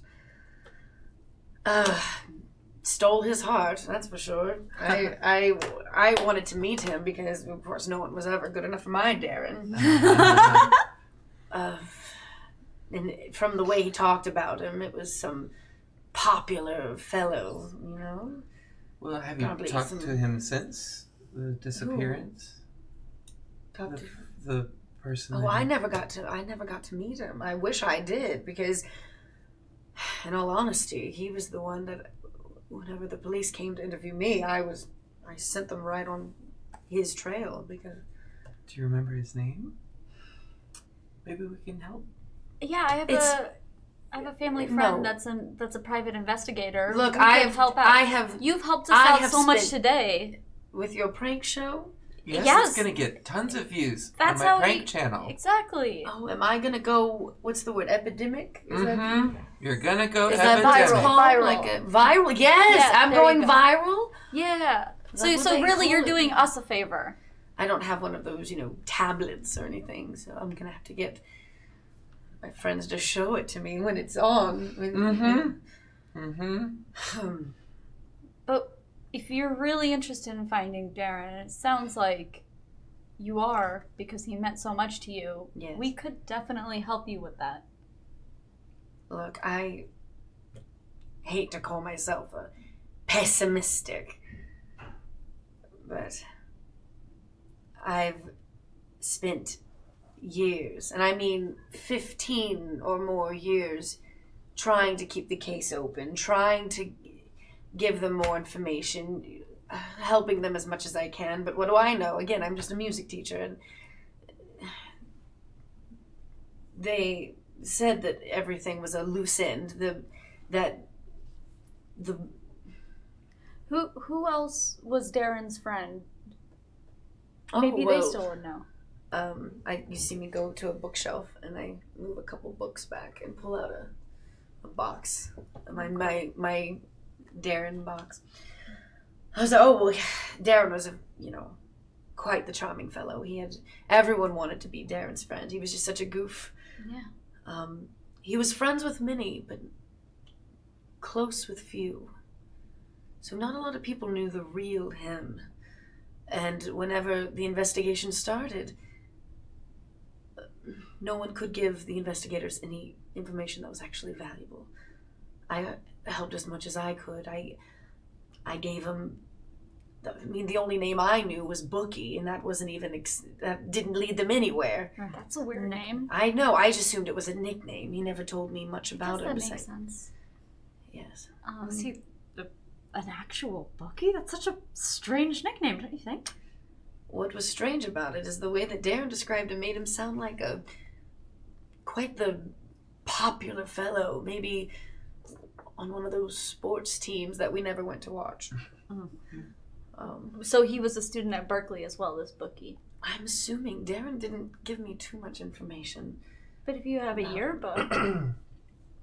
Trust me, I've scoured, I've looked. That makes sense. There was no one actually by the name of Bookie. I can only assume it was a nickname. That's true. And I do know that they were he was finally feeling like he could be himself around someone else, besides me, of course. And here, look. I'm just gonna pull out a bunch of pictures of Darren. Well, it looks like he's getting ready for a dance or something in one of these, like an event. Yes. Of some sort. He came to all my concerts and dressed to the nines because he always looked dapper. Look at you! I love that hair. I haven't opened this box in years, actually. Do you know? It's funny. I can close my eyes and see him as clear as day, and I feel like it's more of a curse, really, than a blessing. But have you ever heard of Eideket memory? It's why I can actually close my eyes and picture sheet music in front of me of any piece that I've seen. Yes, it's very similar to photographic memory, but more in the sense of it actually being visual. I can just close my eyes and see him, every detail, and I honestly don't even need these pictures anymore. They're really just to have. Such a wonderful ability. Did you ever learn to sketch or something? Oh, I'm not much of an artist. I look to the piano. I look back. Well, the art is in the eye of the beholder, I should say. It's not that I can't draw or create music. It's more that I can close my eyes and see it. But I can't really put it onto paper. If that makes sense.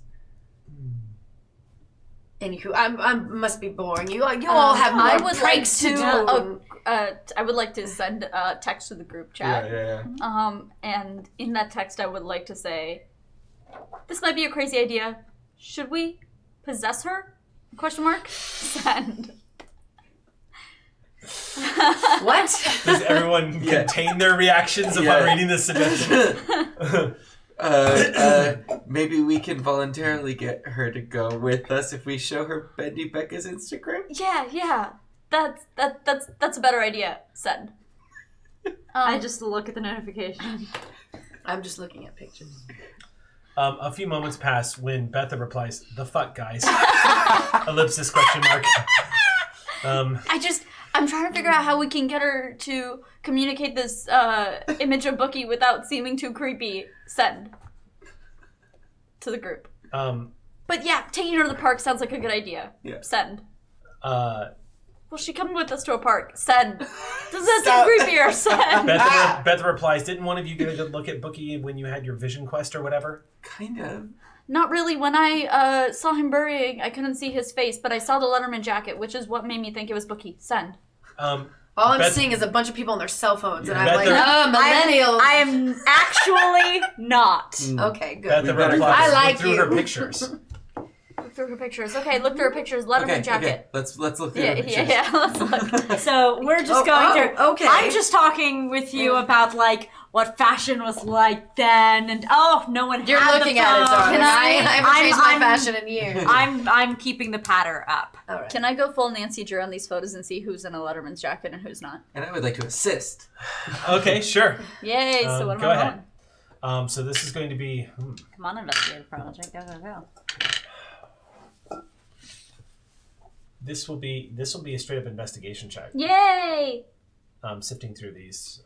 That's already 5 dice. What? So it's investigation and. And how were you describe how you assist? Because we both were on the text chain and we got the message, look through the photos. That's what I'm going to do. It also occurs to you that wherever Betha might be right now, she's clearly able to hear the conversations that are happening. Yeah. Are we still have the Discord thing going, or? I don't know. Do you? I would think so. I assumed Betha didn't want to come back in the house, so I'm assuming that Betha's where's right my outside. student? Honestly, the Bay Area has such good data, coverage, and Ivy does not care what the data bill ends up being. Also, Mountain View has free Wi-Fi, and I'm thinking that's expanding to everywhere. Oh, yeah, but it's not. I have the Wi-Fi. Right. Do you need the Wi-Fi? Okay, so 2 successes that explode. No, don't worry. 3 successes, 1 that explodes. 4 successes. Wow. Yeah. Nicely done. Boom. Go ahead and roll your assist. And I help. Hey. Yes, you too rolled I'm dice. there. Well done. You two sit there and look in a box. Yeah. You're looking at the pictures, kind of trying not to look like you're sifting through them quickly. And as you are moving through them, you're nodding and listening to her talk, and kind of. Oh, careful! There might be a loose harmonica in there as well. He left that in my dorm the night before, and I kept it. I'll be very careful with that. Oh, you do, in fact, as that you notice that you did feel something like a lump underneath these pictures, and moving it aside, you see an old harmonica. Oh, I'm gonna pocket that harmonica. You know I'm gonna pocket it. Okay, so if you're gonna pocket that, Are that's you gonna be, kidding? I'm watching. that is a very difficult roll. Are you? This Because is like You're talking. this is literally like Yes, trying but to that rob somebody in harmonica Skyrim when is- they're right in front of you. Okay. that harmonica is one of my most prized possessions. Okay. You can try it. Right. I'm not saying Get you Lucky can't try. Rabbit's foot to jack it for you Right. later. Right. Why is everyone trying to steal my things? Eat it. You're lucky So- you don't have a broom. So as you're sifting through the pictures, you see the harmonica. I do. You pause at one of these pictures and look back at it. It may be a picture that she took, because you do see Darren in this picture, and then he's surrounded by what looks like a smattering of people that are hanging out. And your eyes fall upon this one square-jawed looking guy wearing a Letterman jacket with a pile of books in his hand, with a big smile on his face, and he's looking at Darren in the picture. Okay. So Juliet wants to. Okay, so I want to try and figure out if I can ascertain the location from of where exactly this took place. It's written on the bottom of the picture that this was amazing. at Berkeley. People used to do that. Yeah, people used to do that. Yeah, Right? we would never know. It says We Berkeley tagged 77. Berkeley Hashtag 77, Berkeley. big class. Can I see what books he's holding by any chance? Well, the other thing They're they very used to do difficult is to write make the out. names on the back of the photographs because it's like. Can I turn over the photograph? Yeah, you Yeah. see you see a bunch of names. It looks like it's probably about 4 names. One of them is Darren's. One of them is oh damn, I had the name in my head. One of them is James Masterson. The other one is Joshua Walling. Oh, he owes me money. And then the last one is Donald Fry, which is a name that sounds familiar to you, both of you, as you're looking at that picture. Why does it sound familiar to us? Can we not Sure. tell? Oh, okay. Can I make a common name? Yeah. Yeah. Yeah, go ahead and make a roll. But I definitely hold up the picture so that everyone sees it. It's like, Huh. I would is say really nice. I take a picture real quick. I would say this is an attribute roll. This is a intelligence wits roll. just gonna. Fine. No, we have it. We have Yeah, it. okay, great. The future. Dang it. Oh, that's still. Nope, it was not in the designated rolling area, so it doesn't count. But you still Those got. two do, Yes. Okay, Still Ooh. winning, Sam. Well, Or a you tin know. machine. That's it. Yes. 4 successes. 4 successes. Don't those success? Donald Fry. Donald Fry. Gee, there sure is a mayor of San Francisco named Donald Fry. Is this the? Oh, by the way, in case you didn't see that, I took a picture of both sides with our phones. So we're gonna actually have to stop right there because it's break time. Oh. there's a break. Panted Clamble cliffhanger. Dang. Yeah. So we will be back in 10 minutes. So go grab your soft drinks and whatever else you got to do. And Play some we, WC. Yeah.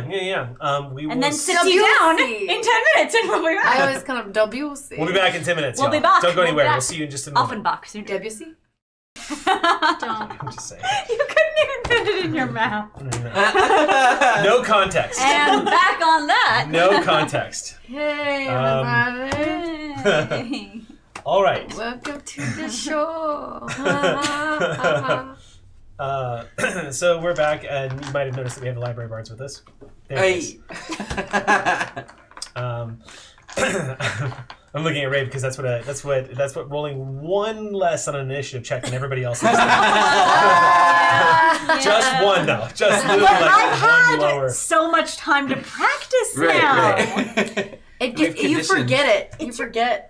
Oh, Yeah, like, when We'll I be just in hear the word. meetings and it'll just happen. I Or just doing, it makes me doing a wanna message you podcast. guys. It's like, we're It joined makes me together want by to the message library y'all. bards. It makes me want to. It makes me want to be Just like, on my man, lips. libraries are hard. Yeah, it happens. It happens. Library card. No. Yeah. The Magic Castle renamed one of the bars in there the Library Bar. How Oh. dare they? To where I'll They be knew what walking they were around the doing. Magic Castle. They I'm knew. like, oh, the Library Bar. I'm like, Oh. I involuntarily holding a drink, just flying. I'm like, It's like a martial arts move. Deck Yeah. of cards. At some point, you're just gonna- Yeah. Yeah. It's compulsion. It hurts inside. You need to call it something different, like Vandalism. something else. Like something not. What's happening? So Okay, we are now sitting in this living room, Yes. having made the startling revelation that one of the people in this photo looks an awful lot like The fucking mayor.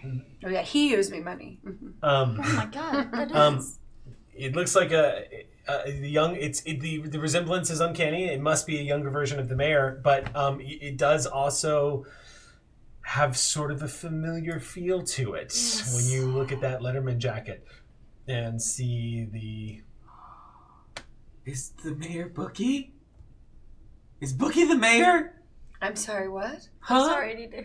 Well, so this hasn't been Oops. communicated to you yet. You Oh. just No. their reactions. They just go, "What is that?" It's kind of what they're doing That's right right. I now. failed on everything. Yeah, that's okay. Yes. Am I supposed group to text. hear this? Yeah. Bookie's the mayor. I think. Pretty sure. Yeah, he's pretty rad. What? What does that mean? Bookie is the mayor. San Francisco? Of San Francisco? I don't know who the mayor is of San Francisco. Yeah. I'm Googling it. Okay.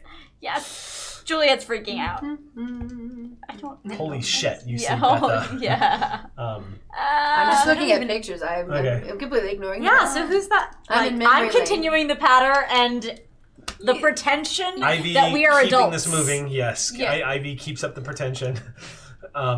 You were friends with the mayor?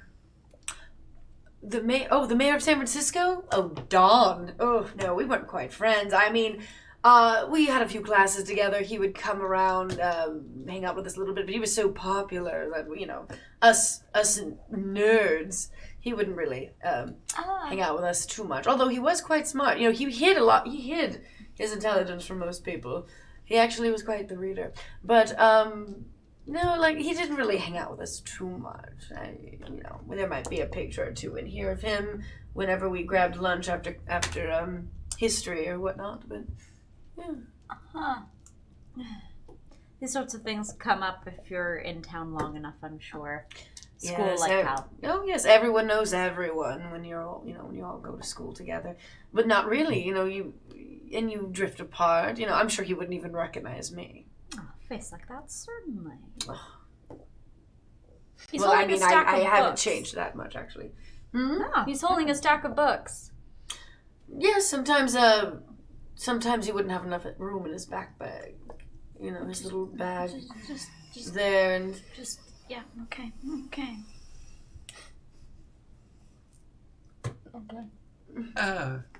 Nice house. thank This you. is. You have here. Thank you. We should probably get out of it and leave you be. Oh, Right? I've got my yes. video and I need to start uploading. Start putting the pictures away. I'm sure you had a lesson after ours, and I would In a couple of hours, yes. I mean, I blocked off most of my afternoon for my new beginner student, but apparently... Really? You run lessons for over an hour in the No, but Shalente? usually with working with beginners, it tends to take a little bit more patience than most. I can imagine. So I tend to give myself a few hours in between lessons, Well, enjoy the vacation then. You're welcome. Thank you. Yes. Thank you for indulging us. No, it was my pleasure. Actually, and I'm for not... showing us all of this. It was actually nice to take a walk down memory lane. It's important. It's especially since most of the memories I have when I think of him just make me sad and angry just from never knowing what happened. But just kind of looking back on some of these happier times makes me realize that, sometimes people never leave you. Is there anything that you would have wanted to tell him? I think about this all the time because the night he disappeared, he was going on a date. And I was going through something, or some girlish crush or this or that, and I was trying to convince him to come and reconcile my feelings, but of course I didn't want to ruin his date or ruin his time. He was so excited. Apparently it was big plans. And instead I just said, no, I'm fine. You go on your date. And that was the last time I saw him. And I always keep thinking to myself, if I've, said anything differently, would he have stayed? And maybe he'd still be here. I mean, of course, I don't blame myself. That would be silly. I'm not one of those types that just sits on guilt and lets it simmer, No. But it does make you think, they always do you always have those what if thoughts. That last night that you saw him, what was happening? I mean, I don't really know. He said that Bookie had a big night date planned, and he didn't really quite know what the plans were, but he knew, or he said at least he thought he knew, that tonight was the night that the L word was going to be spoken. Lesbians? No. Love. I'm assuming he meant love. Maybe it was lesbians. Who am I to judge? I'm sure. Yes. But, he always had a hard time saying that word. Not to me, of course. No. No. But our love was something different, obviously. But yes, he was so excited because for once he felt like he had met someone that truly knew him. Again, the what if. It was August 19th when he disappeared. Wow, you can remember the date? Oh, right, the memory thing. Yes. I had it circled on my calendar because, he had it circled on my calendar because, again, the date had been planned for weeks, and he was so excited, and we had made plans for earlier that week and also for the weekend, but that day he blocked off saying, no, Michelle, we're not making any plans.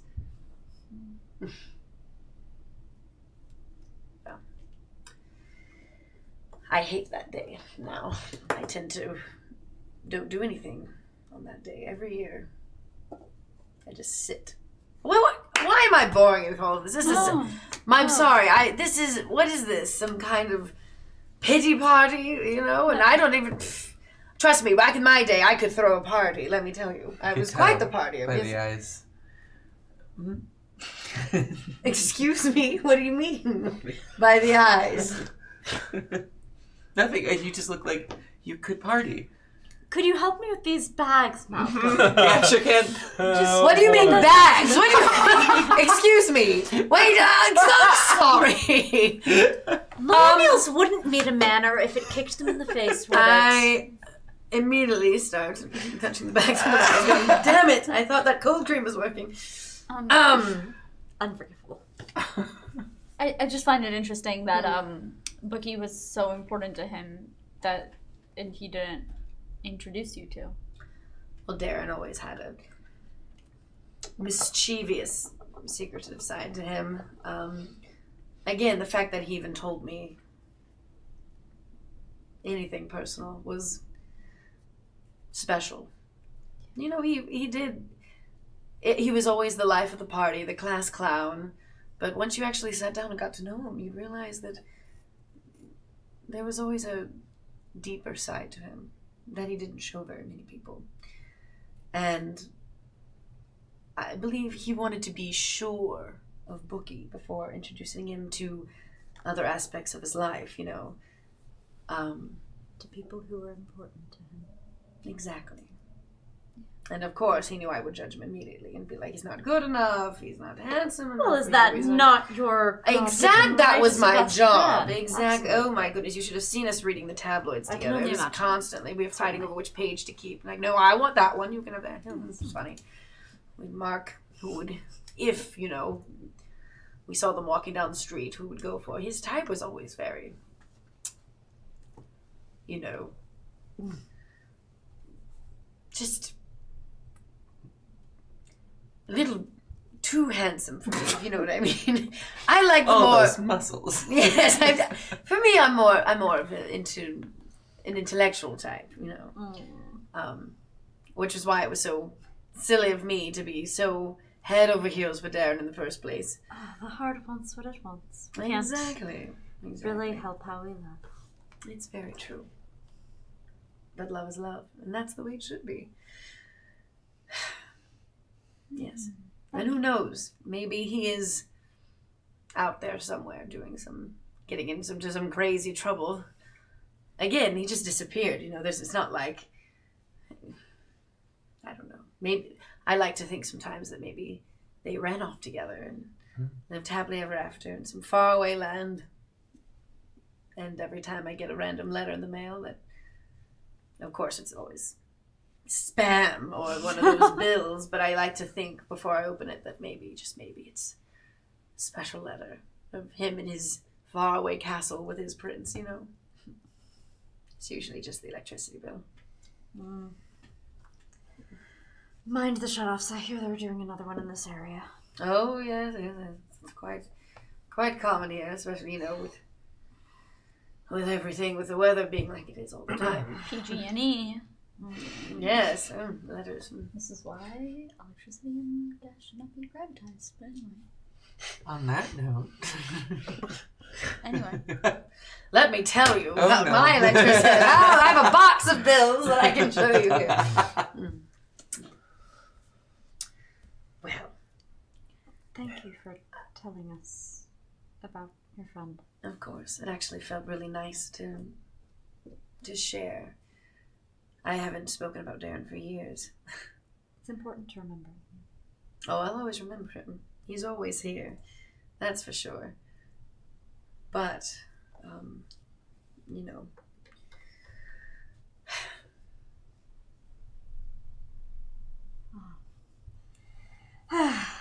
You get a text. Oh, to the I group. got a text. No, to Oh, the group damn. chat. To I the was group chat. excited. I know whenever text Ivy, me. what was that look? Question mark. Send.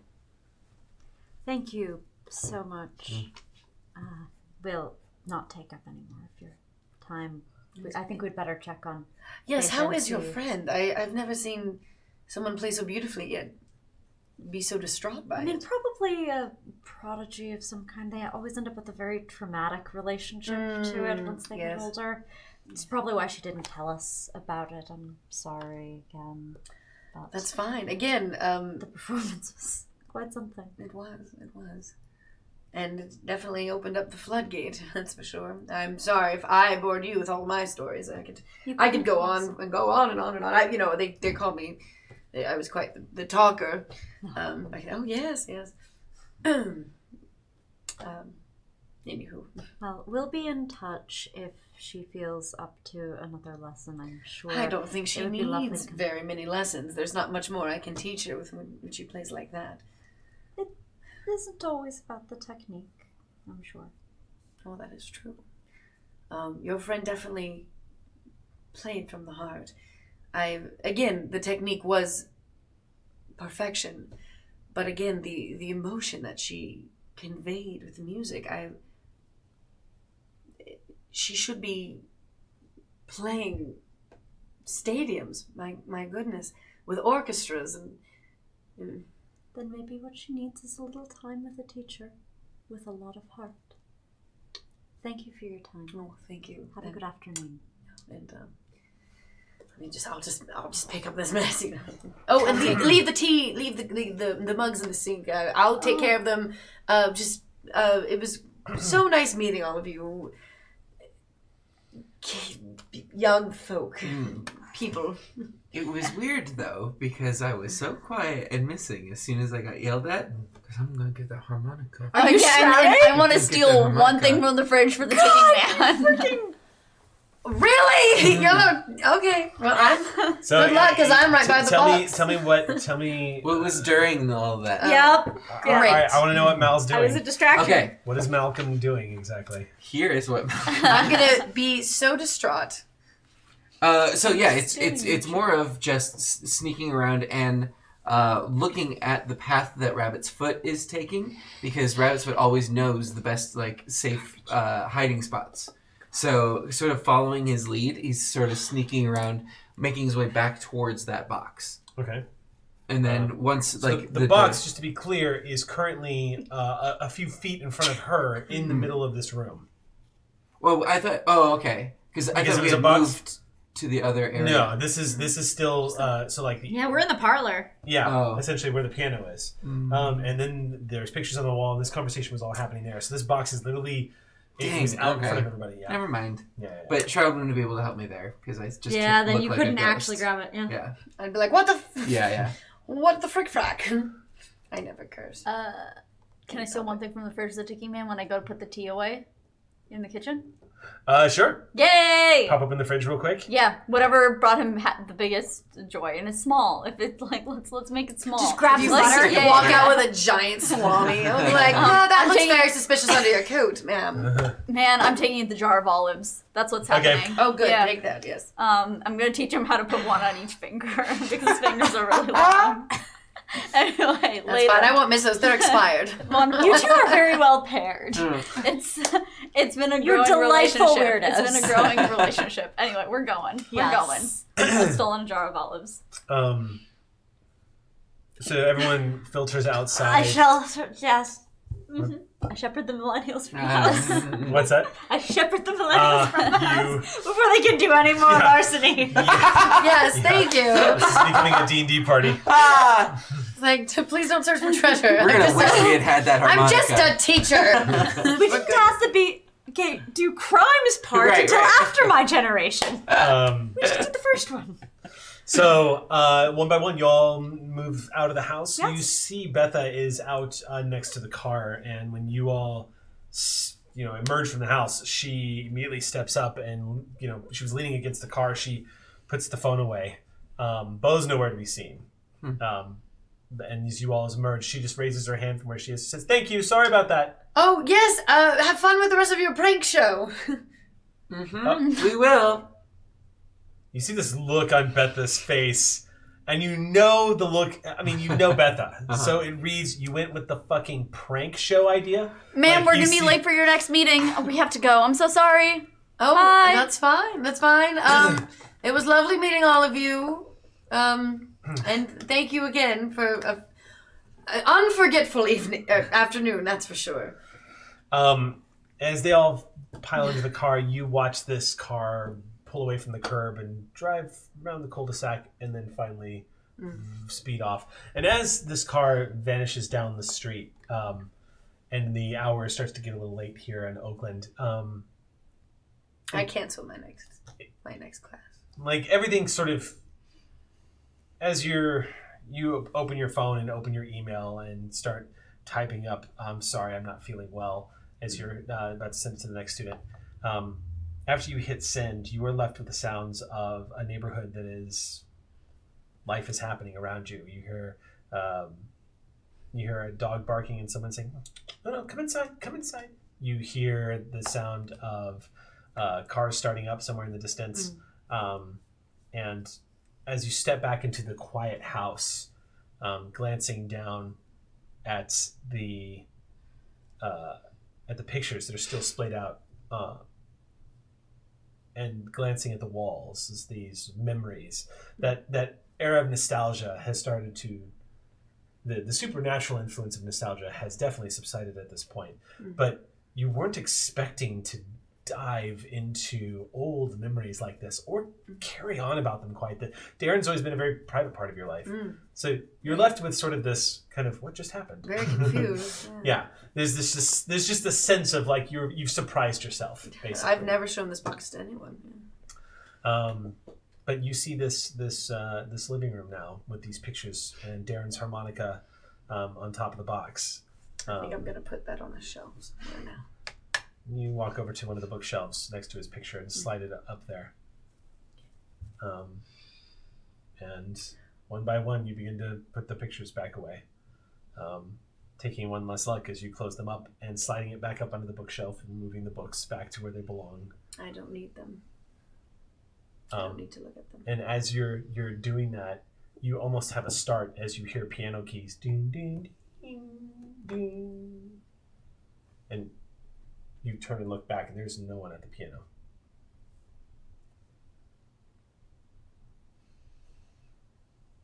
I left my Spotify on. I must have... And you hurriedly walk out of the room. Alexa! Alexa! Play Journey! And the new piano theme starts up. That's exactly how we were. Play Sticks, Come Sail Away. I like that piano piece. We cut to y'all in the car. Yeah. Yes. All of you definitely got a sense of, just from talking to her, it does become clear at this point. I would just go ahead and clarify that you do get a sense that there was probably a deep emotional connection between the two of them. That much is obvious. But there is a long silence as the car is driving back towards the Oakland Bridge. And Betha says, I just don't want to talk about it yet. Oh, yeah. Well, we found out a lot about it. Yes. Fill this car with information. What did you learn? Yeah. I'm texting Jasper that Bookie is Donald Fry. Okay. Bookie is Donald Fry. I say out loud to Betha. Mayor of San Francisco. Mayor Fry? Bookie is Mayor Donald Fry? Yes. Yeah. Okay, but Yeah. so here's the thing. I don't really know anything about politics, but is he out? No. Oh, okay. He's... So this is a big deal? I know quite a bit. No, he's not out. But he did run a campaign of... He has huge support from the LGBTQ plus community. Okay.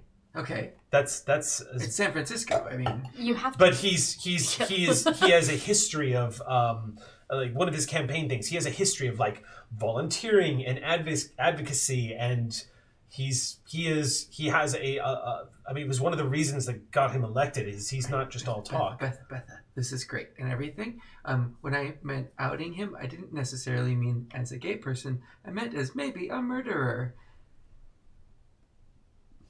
Oh. Yeah. You think he Contextually, murdered that was Darren? misleading. It was my fault. I kind of led you into that. You think he murdered Darren? I don't know. The last thing that we saw was he was burying him. No, that's what my vision saw. We were at the spot, and that's what we saw right before we ran to Sam McGee. Just so creepy. And we know that the cause of death was alcohol poisoning, and I suppose it's hypothetically possible to murder someone by that means, but it's hardly the So easiest. confused. I don't know. At least he's complicit to hiding a body, and that's also a big deal. Yeah. I don't know. There's something here that just feels like not great. But I think it's safe to say that Michelle, unless she's a very, very, very good liar, which people can be, I guess I'm just not, but like she didn't have anything malicious to do with Darren's death. I think we can all agree with that. Yeah. And everything that we've ascertained is that she isn't dead. Yeah. Okay, but it's possible that... I mean, could eidetic memory be an anchor of a sort?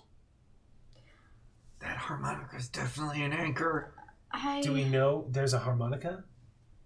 We know there's a harmonica. And we think the harmonica is an anchor. Ooh, apparently. But shouldn't we use,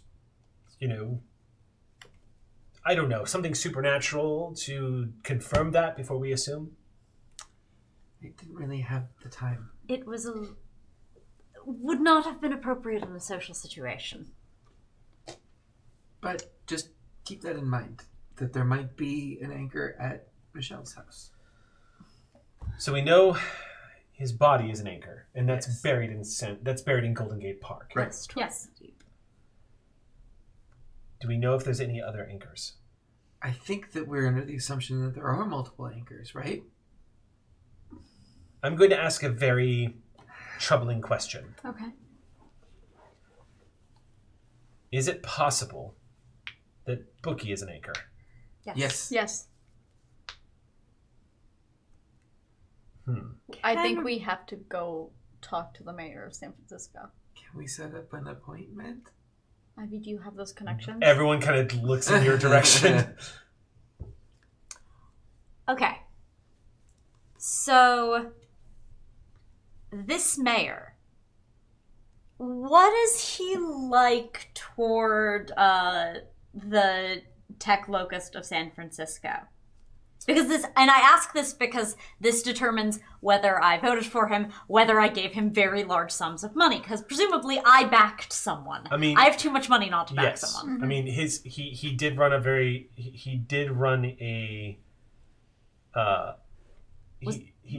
a very progressive campaign that was there. I mean, the one thing that set him apart from his opponent, who also had a lot of support in the LGBTQ plus community, the one thing he didn't have was this particular mayor has actually, long before he got into city politics, has done advocacy and law work for the LGBTQ plus community. So he was actually able to use that as a resume holder when he was pitching himself. Tech-wise, did he pander to us? Did someone else pander to us? Who capitulated to the capitalists the most? Tech-wise, he did pander, but tech-wise is where the other mayor was a little stronger. The other candidate was a little stronger. Got it. All right. Cool. Good to know. Yeah. Honestly, that makes sense, I think. I mean, this is right. Capitalist. But this is what I need, and also this is. Oh, that's how Ivy votes. Yeah. Well, I need to know that because that means that this call is about reconsidering where my money goes in future races and taking a meeting. And we are your aides? Entourage? Oh, political? Future Ivy's problem to define. Okay, copy that. I'm going to make a series of calls. Would you like me to roll for that? Yes. Great. This is way above the normal pay grade. Calling to get a hold of the highest city official is. I don't have a pay grade. There's going to be a bit of dance going on here to get this connection. Well, fuck. Whatever. I've seen you dance. Yes, but Ivy can't. Oh, yeah, no, that's true. Yeah. Okay. So. Yeah, is that presence persuade? Presence charm. Oh, I have presence charm. Charm is a merit, isn't that right? No, it is my skill specialty. Oh, okay. Yeah. Presence persuade. I would also allow you to roll your. I'm going to set the difficulty this pretty high. Okay, great. But I'm going to also, just to incorporate the flavor, this isn't normally how it's used, but to punctuate, because you don't have status, do you? I do not have status. But it doesn't, in this case, because of the angle you're taking, I'm still going to allow you to roll your resources and die. Yeah. But the difficulty is going to be 5. Okay. And the skill on that was persuade? I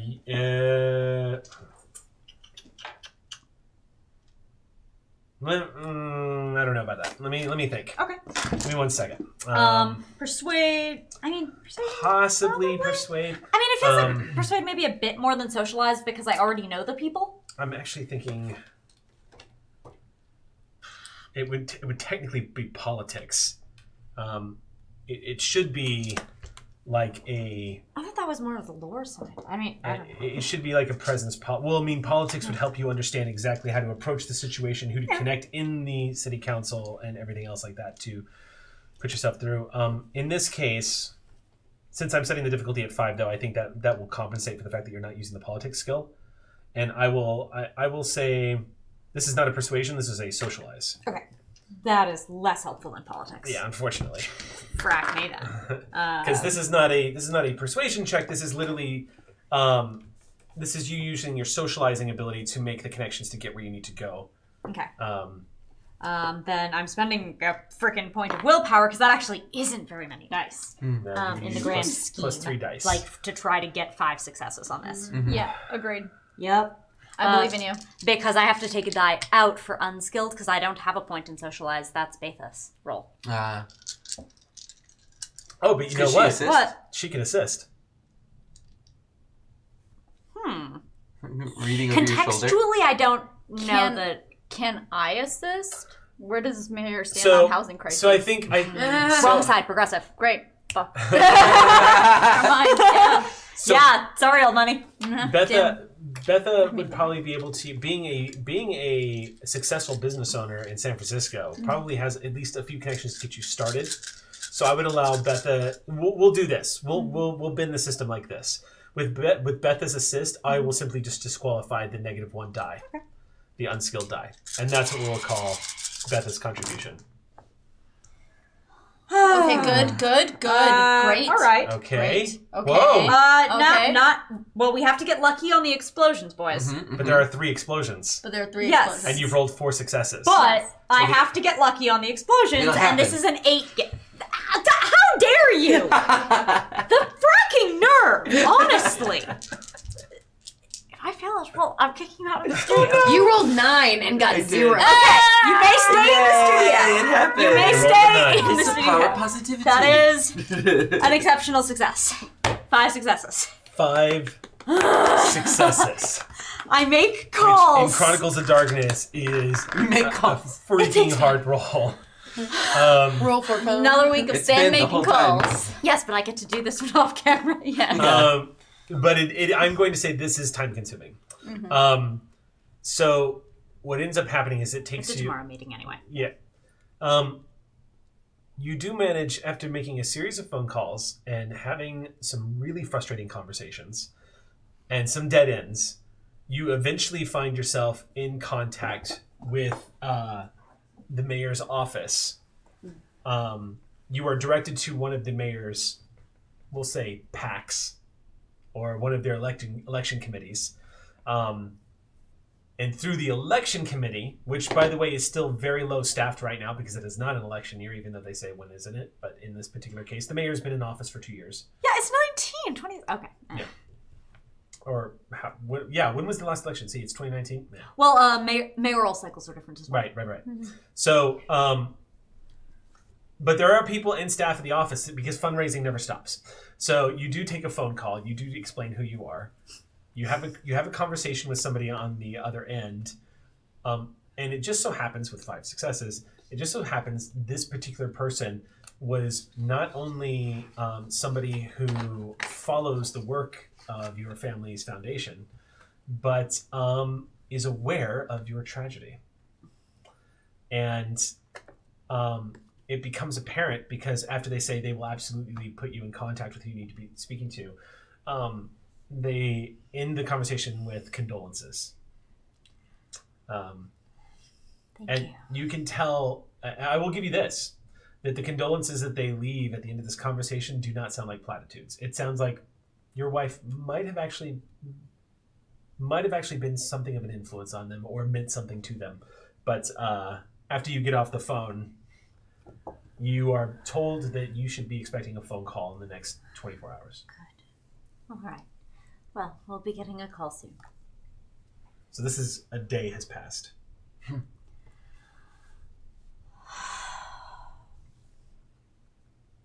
I want to do nothing. Forever. Okay. Thank you. You As get a bonus action, I will also do that. It's a bonus action. You also get a phone call asking about a jar of olives that has gone missing. Yes, the door opens to the store as this woman storms in. Excuse me. I'm sending you a text. No, and just basically, kidding. like, I threw out your olives. They were expired. I like them expired. By the way, yeah. with those olives, Yeah. when you present them to Yeah. Ticking Man, he just stares at them blankly. Okay, so first of all, we're back at the shop. I think so. It's end of the day, right? Yeah. So Juliet's sleeping in the shop tonight because she's that scared of Leo coming back. Oh. So that's definitely happening. So and she's not going to sleep because or she probably will pass out. Let's be real. Yeah. But she's going to take the jar of olives, and then she's going to put one on each finger. And then she's basically gonna teach them how to have a good time with olives. Yeah, just you have fun. And I like it's a small joy. Small joy taking, man. And so that's all that happens is she teaches him. You how to teach eat him the joy of olives. olives. Yeah. He's watching you.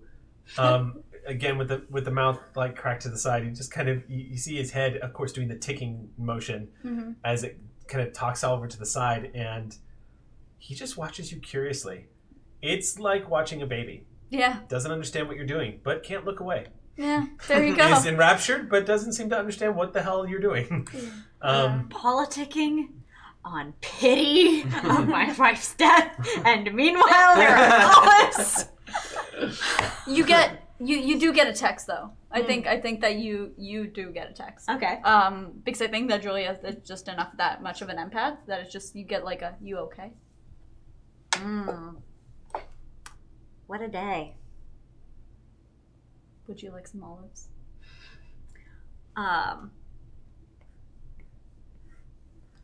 The emoji that's like flat eyes, The neutral. flat mouth, just face. I'm camping out in the store today because I'm afraid Leo's gonna come back, and so I'm doing whatever I can to keep myself awake and ... Olives. I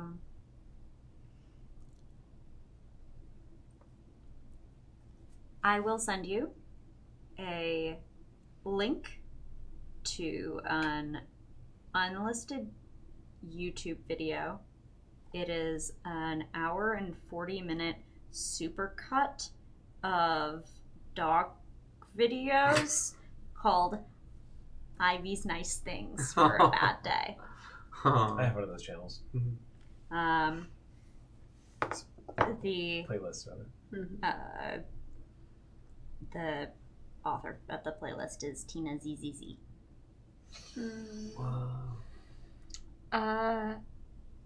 Do you think Juliet knows that's your wife at this point? Have you shared? You do know the first name of my wife. Yes. I think that she spends the rest of the evening with the olives on one hand and telling you which ones are her favorites until you go to sleep.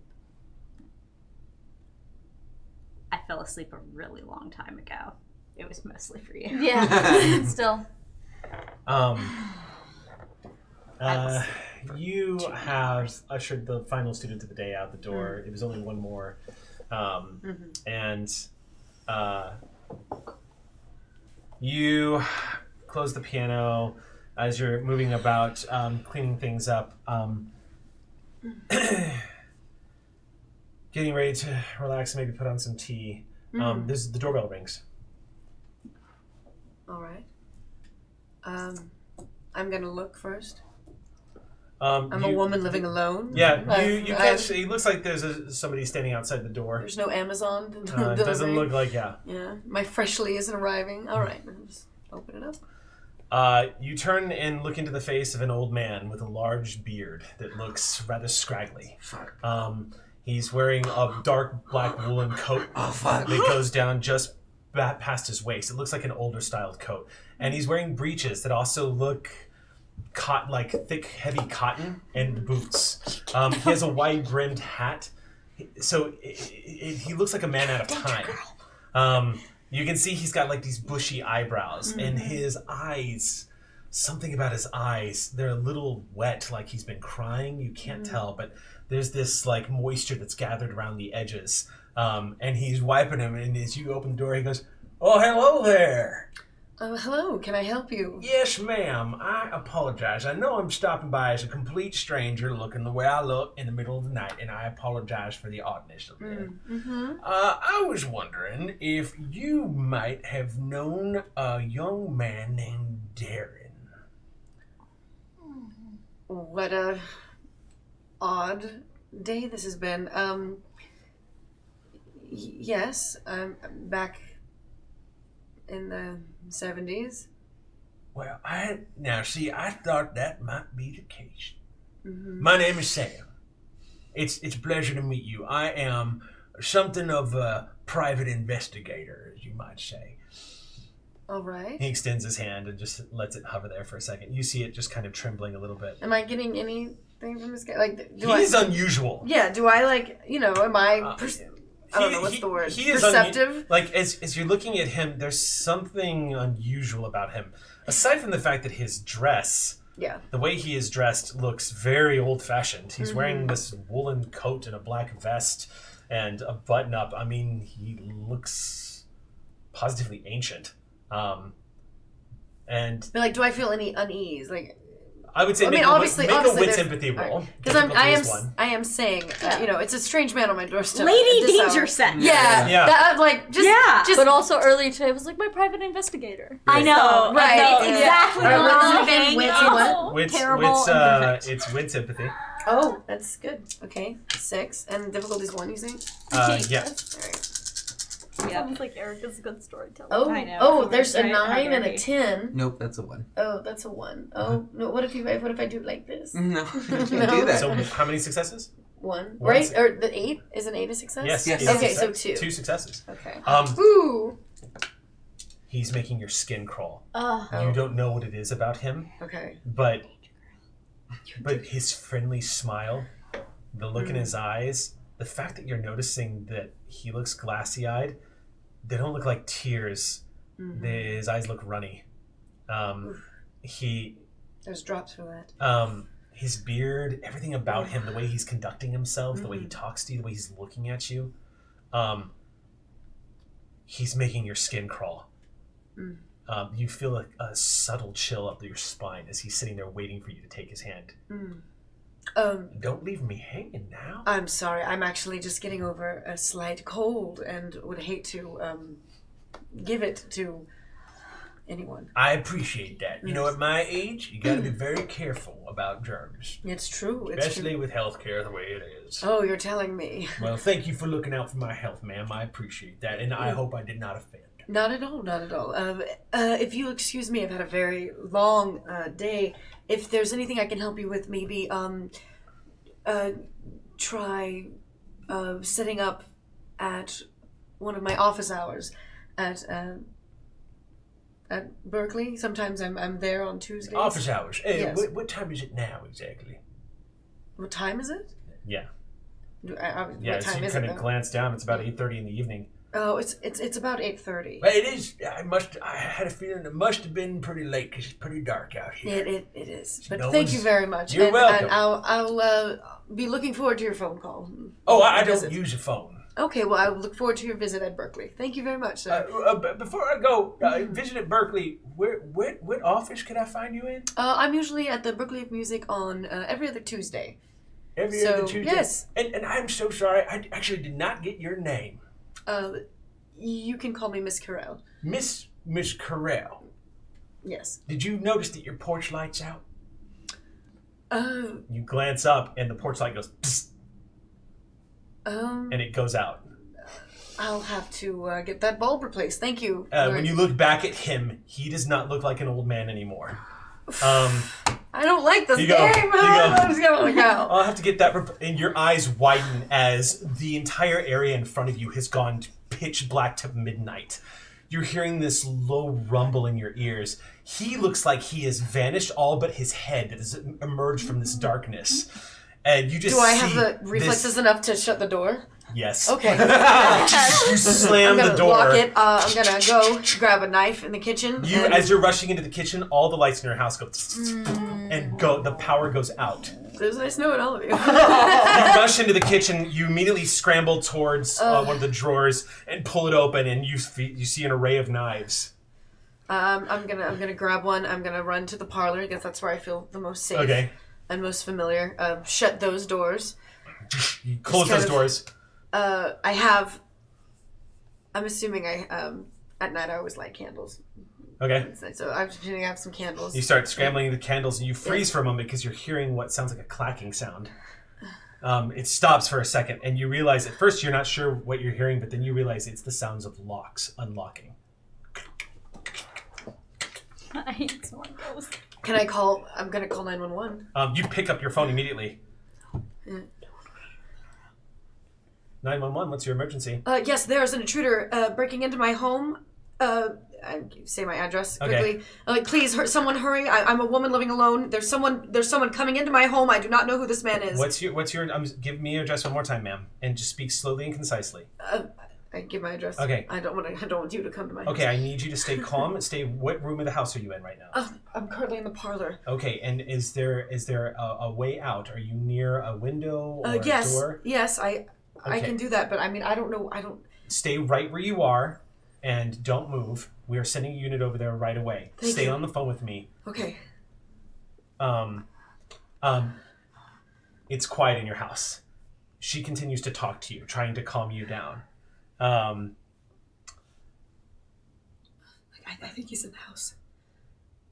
You do hear subtle noises. You know those noises when a house is settling and it's like a popping sound from the walls?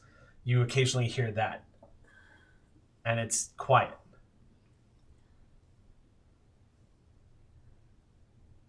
In fact, it's completely quiet. So I'm not even on the phone. There's no one on the other side of that phone line. As you look down at your phone. I try calling again. There's not a tone. You're hearing the beeping sounds from the numbers being pressed onto the cell phone. Okay. But you're not seeing any connection on the cell itself. Okay. And then the slow sound of boots on a hardwood floor. And then someone stopping at the door of the parlor.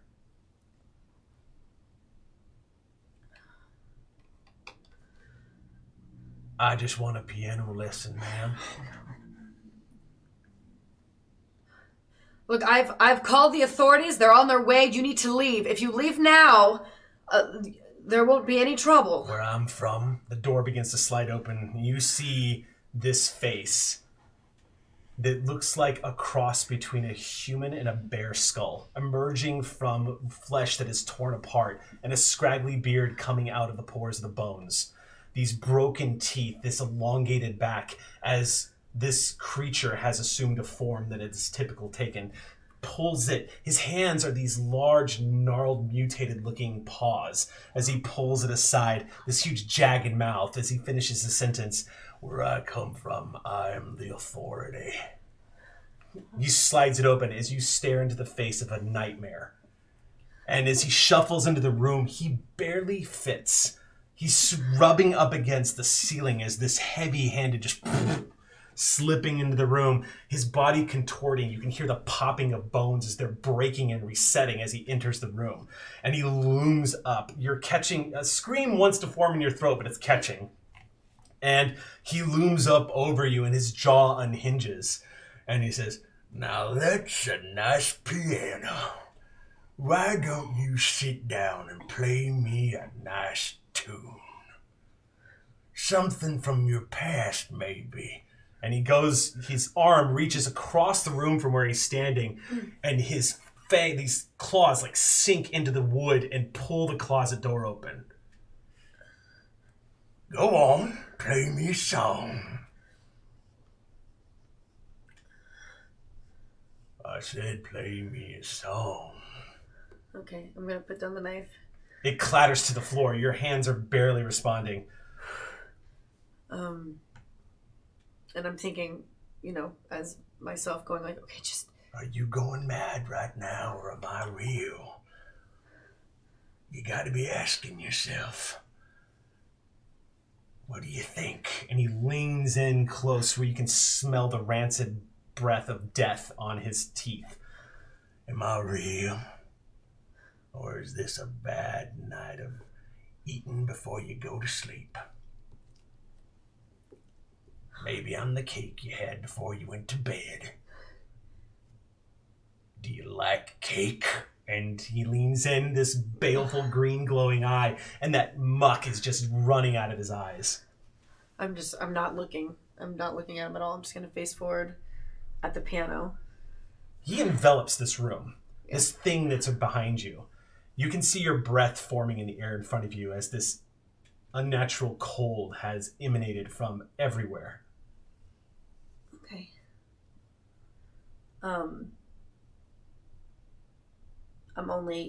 I'm gonna think of the first just sane thought of in my head and think of Darren. Okay. As what do you play?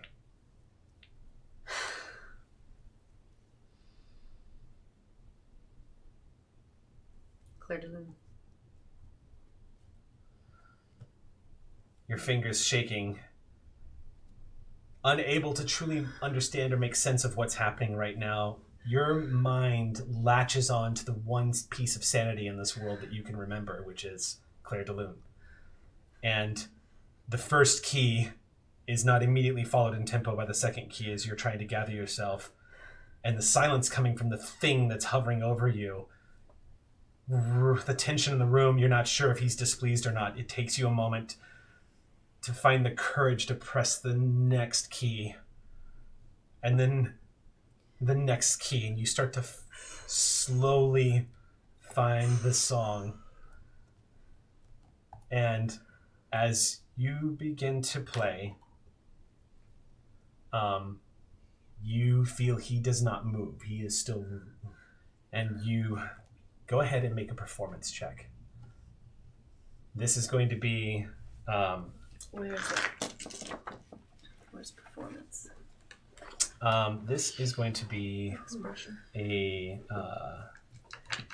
is going to be this is going to be expression. So this is going to be I'm going to say this is going to be composure plus expression. Okay. All right, that's good. Okay, 7. What's Michelle, the you are difficulty? literally playing for your life. What is the difficulty? The difficulty here is going to be 3. Spend willpower and get an extra. Oh yeah, do you? You spend a willpower point, you get 3 do I have extra a will? dice. I'll do Yeah. thank you, everybody. Yeah. Yeah, you've got 4 to Please spend. live. Oh, okay.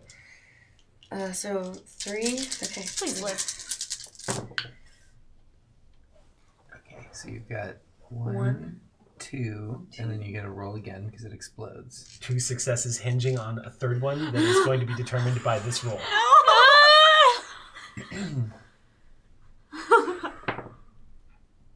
Yeah, it explodes again. Actually. 10. So you Roll again, roll again, roll roll it again. again. Oh And a 9. And a 9.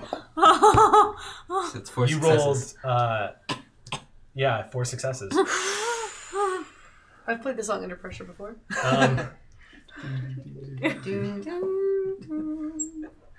What has transpired in just the past few minutes defies.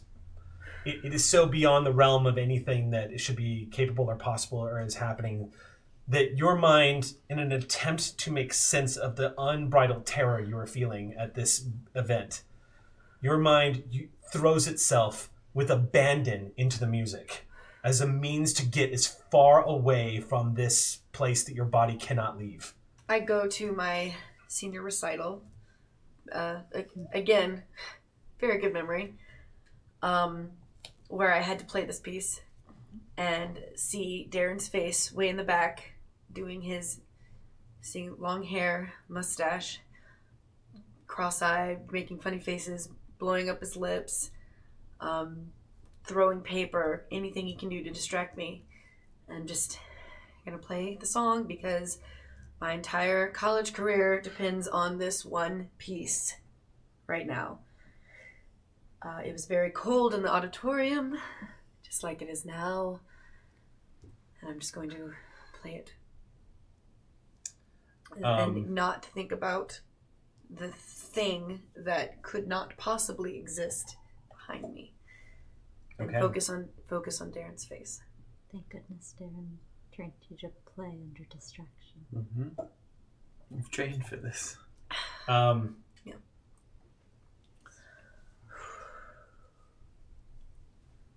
As you finish the song, there's this low rumble of a growl, and you hear, "Now that was pretty."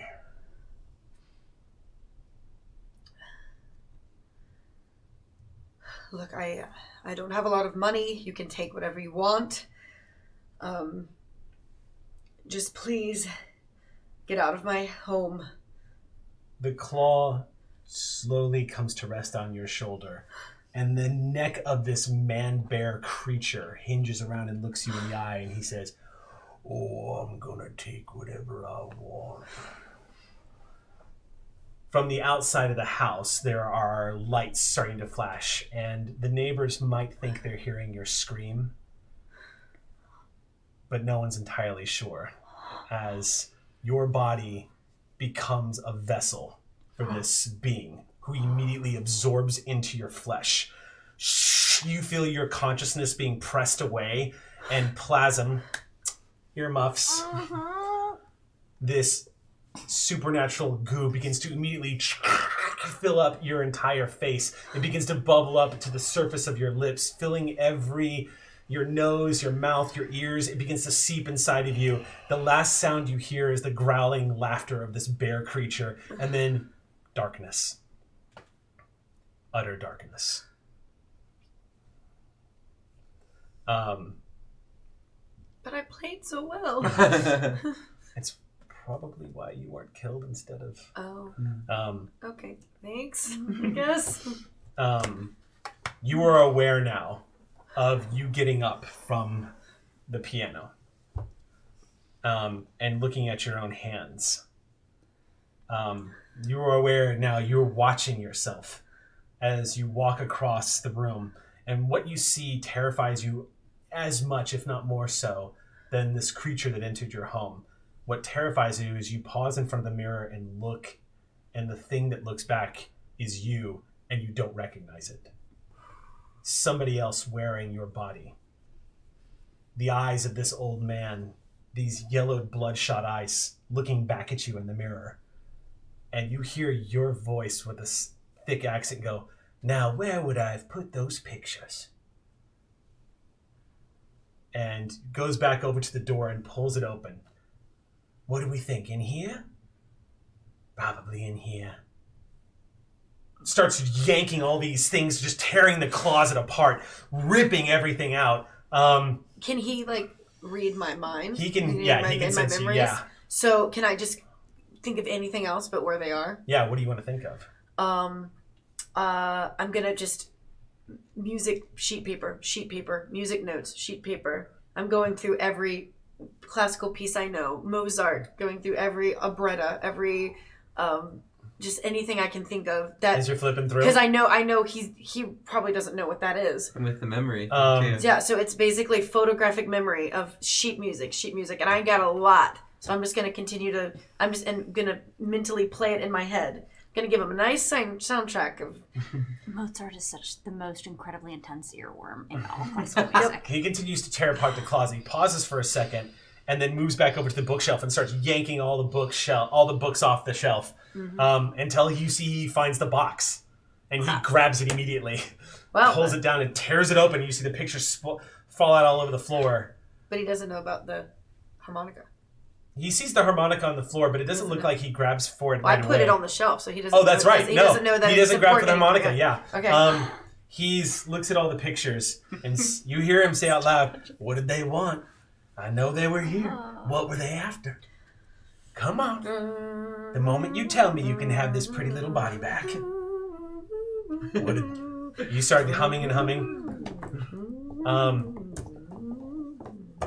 You are looking at yourself in the mirror again as he leans up against it, and you see your face kind of tick a little to the side as he says, "Now, you don't want to make me upset." Dun, dun, dun, dun. Dun, dun, dun, dun. Would you like to see what I can do while I'm wearing you? How How far do you think you can fall before you break something? It's been so long.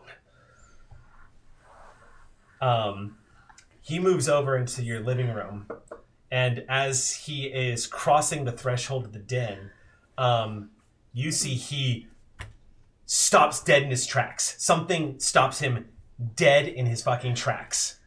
And you feel this spike all of a sudden in the back of your consciousness, like something he's reacting to. And his control wavers for a moment.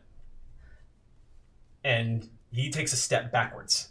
And the legs almost give out as he grabs hold of something and says, no.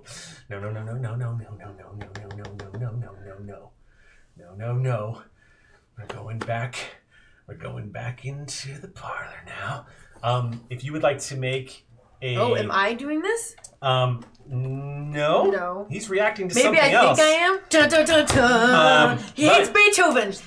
If you would like to make a Wits plus Resolve roll, and the difficulty here is 3. You can spend a willpower. I can. Let me do that. Boom, boom. Okay. It's okay. Difficulty 3? Mm-hmm. Okay. Nice. 1. 2. And you get to roll again. Oh, crap. Again. Here we go. Again, down to 1 die.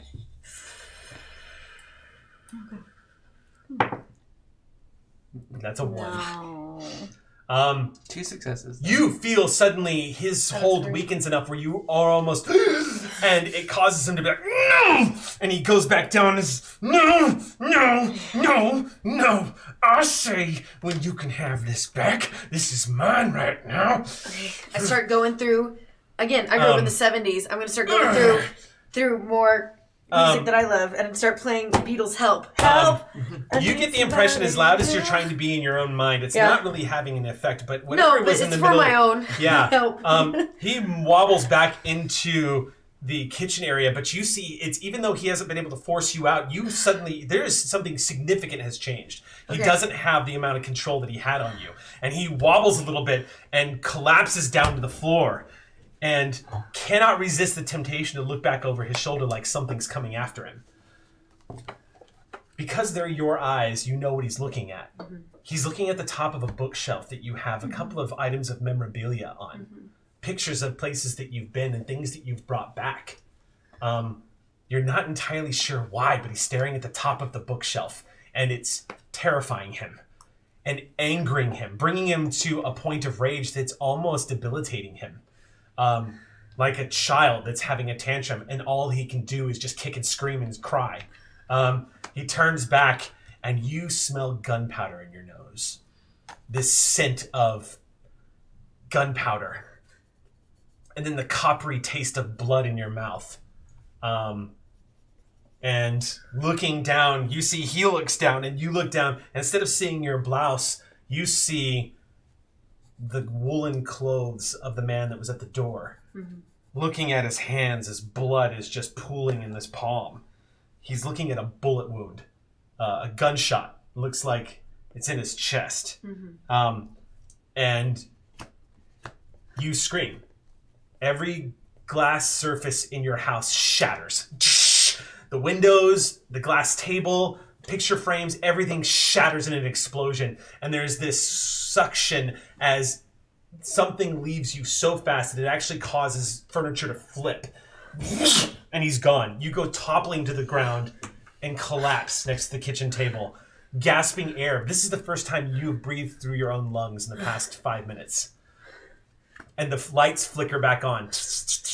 Spattering, because no glass. And you hear beeping sounds from the microwave. It's reactivating. You hear outside dogs barking once again. There is glass all over the place. I'm going to carefully... Well, obviously I'm going to look around, make sure he's gone. You appear to be alone. The inky blackness that covered the night is not outside anymore. I'm gonna go to the bookcase and see what scared him. You immediately move over to the bookcase. make an intelligence investigation check. Investigation. Oh, So you get 1 as a chance die. okay. And then these All these tricky rolls. maybe So- burn another willpower. Yeah, I mean, it's my one If night. you burn a here. willpower, then it's not a chance die because Right. you're getting more than you're not at negative Oh, dice but pool. So then I'll get 3 3. though. Mhm. Instead Yeah, of that's 1. right. Yeah, so let's do you that. need 1 success. Okay, that sounds like a good idea. Oh yeah, you get 3. 3 and successes. then 2 explode, so you see if we get No. crit. Oh, another explosion. Another explosion. And Oh was that my. a 9 or? No, that was a You're 5. rolling it where it counts. Oh, Another explosion. 10. Exceptional. Exceptional success. This is the highest roll. 8. That's 6. it. 6 6. successes. No, 6 was our highest still. Yeah. As you move over, you know exactly what he was looking at. There is a rock sitting next to one of your picture frames that you brought back that a kid gave you when you were visiting Spain. It has a specific name, but historically it is known here as Fool's Gold.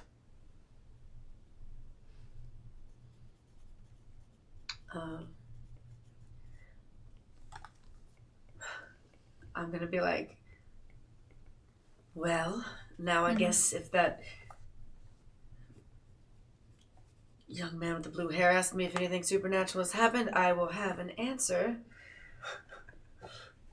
Looking at your houses are ruined. It is just every glass surface has been decimated. As if it had been subjected to some hypersonic pulse or something. It's been shattered everywhere. Glass all over the carpet. The glass sliding doors. I'm gonna sleep with this under my pillow tonight. You move over to your bedroom. The faint memory of what it was like to not have control of your own body. And to see that thing, that nightmare. Your mind, instinctively, begins to immediately suppress what you just experienced. Yeah, I must have had Make a quick wits plus composure roll. Okay. I'm setting the difficulty for this one at 3. okay. This is And your character has finally just come into contact with and I'm out of shock now. the darkness, essentially. Yeah. So you were okay. You begin to slip into shock. You are not great at the darkness. You begin to have that very mortal, very understandable, very reasonable reaction. Bonnie. Bonnie, as Michelle moves over to the bed, you're clutching the Fool's Gold. You manage to keep 1 step ahead of it, but it's like shock is. You know it's coming. You know it's going to happen, and then it happens. You lose the ability to speak. I'm gonna pack a suitcase. I'm gonna. You feel those. I can't sleep here. I can't. You feel that desire to do so in your mind. I'm not safe. Yeah. But your can't body move. does not want to move. Nope. You stand there you just sit there on the bed clutching the Fool's Gold. You are currently laying back in the dark, pulling up on this cot, this blanket in the store. And the ticking man is walking along the wall currently, just kind of moving subtly. He never stops. He's always doing something. He's always ticking. When he stops and moves back over to you, and you immediately get the sense that he's trying to draw your attention to something because he cranes up and then stands up off of the 4 limbs into the 2, and he's looking. What? I looked at where he's looking. There is a man standing in front of the door. He's wearing a black suit and a red tie and a long coat. It is the man you saw at the store. Great. He's looking inside, and when he looks up, and it looks like he makes eye contact with Ticking Man, and looks up in your direction, and his hand lowers, and he just does this, and then says, he makes a motion like this. And you see him pulling out something. Oh boy. So first of all, I'm gonna message the group chat and be like, Leo is here at the store. Putting that in the group chat, and then I would like On my way. to You get a text. So Yeah. what happens is when your text pings. Here's the thing. she's been texting you most of the night, telling you her favorite YouTube moments. Yeah, that's true. It's another ping that you've been ignoring. That's true. So if you want to answer this phone, I'll let you do it. But just tell me why Ivy suddenly. To turn it the frack on silent already. So you move over to turn it on silent, and you glance at it. You stop just before you hit the button because you see the preview of these texts open up. Oh, yep, nope. I also love the Aussie with the... Is it a cold night? Yeah, he's wearing a full coat. Okay, so there's condensation on the windows. Yes. You haven't seen any. Okay, so no condensation on the windows. Mm-hmm. I would then like to use telekinesis to write a message of "please go away" on the window that he is facing. That's a ticking man power, though. Yeah. Idea. Yeah. It's the that's true. That's the Numina. That's me using Numina. Can I do that? Is that possible? Yes. Okay, great. Ticking Man, I'm not gonna have you roll for this because Okay. I think Ticking Man's already caught on to what you're trying to do. Yeah. So Ticking Man, as Ticking Man moves down from the loft area and just comes down, taking just 2 steps to clear that space, you see he has a reaction. When Ticking Man gets down, he does this number as he's pulling something out. He goes, like, oh, like kind of immediately cranes up as this dread Geist moves over to the door and it doesn't say please. It says go away. Great. Fair. Fuck off. And then when Ticking Man Play finishes writing it, Ticking Man's long fingers get placed up against the window and he presses his face outside the glass. He just kind of pushes through it and looks at him. And the man cranes back and you see he's holding a cell phone. And he takes a step back and he presses a button and the store phone begins to ring. I go pick it up. Yeah. Okay, you pick it up. I want to put it on speaker, and I Okay. want a Discord call. Oh, I'm Okay, very much asleep. You're through doing this all whole of this? thing. Okay. You're valid. You get on the It's a phone. very Xander thing, too. As you answer, you set this whole thing up. Betha immediately is like, I'm on my way to the store. Oh my god, freaking out. Everybody's on the call. Into our store. So Without others. what do you? So the call picks We're up. closed. It says, yes, your hours are written on the door. I'm glad you can read. Then you will know that we are closed, and you can come back during store hours. We can skip past all of this now. I'm obviously here to talk to you, and I know the store is closed. What do you want to say? I want to acknowledge that I am not necessarily your friend, and I am here alone. I'm here to speak to whoever's willing to speak to me, because I have a feeling we have a common enemy. I was under the assumption your lot didn't roam alone. That's true. But in this case, particularly given the company you keep, and he's looking directly at Ticking Man, Good. I decided Good. it might be best to not provoke you and your crew. That's really smart, I would say. I've been doing this a while. I mean, I'll be quite honest, there's no way I'm letting you in through those doors. There's no way I'm letting him let you in through those doors unless you make a convincing case on why we should believe you. Not here to come in. I'm happy to talk to you on the phone. Okay. Then make your case. The one called Sam McGee. Familiar. He is a problem, not just for you, but for me and my people. I am willing to discuss ideas of how to deal with him. And why shouldn't we team up with Sam McGee and go against you instead? Because Sam McGee is a Reaper. He can't be negotiated with. There is no deal you are ever going to reach with a Reaper. there's no understanding you're ever going to have with him. And he is capable of doing things far beyond what me and my people can do. So you don't roll alone? No, I Okay. don't. Just think about it. It's a proposition. I don't have to have an answer now.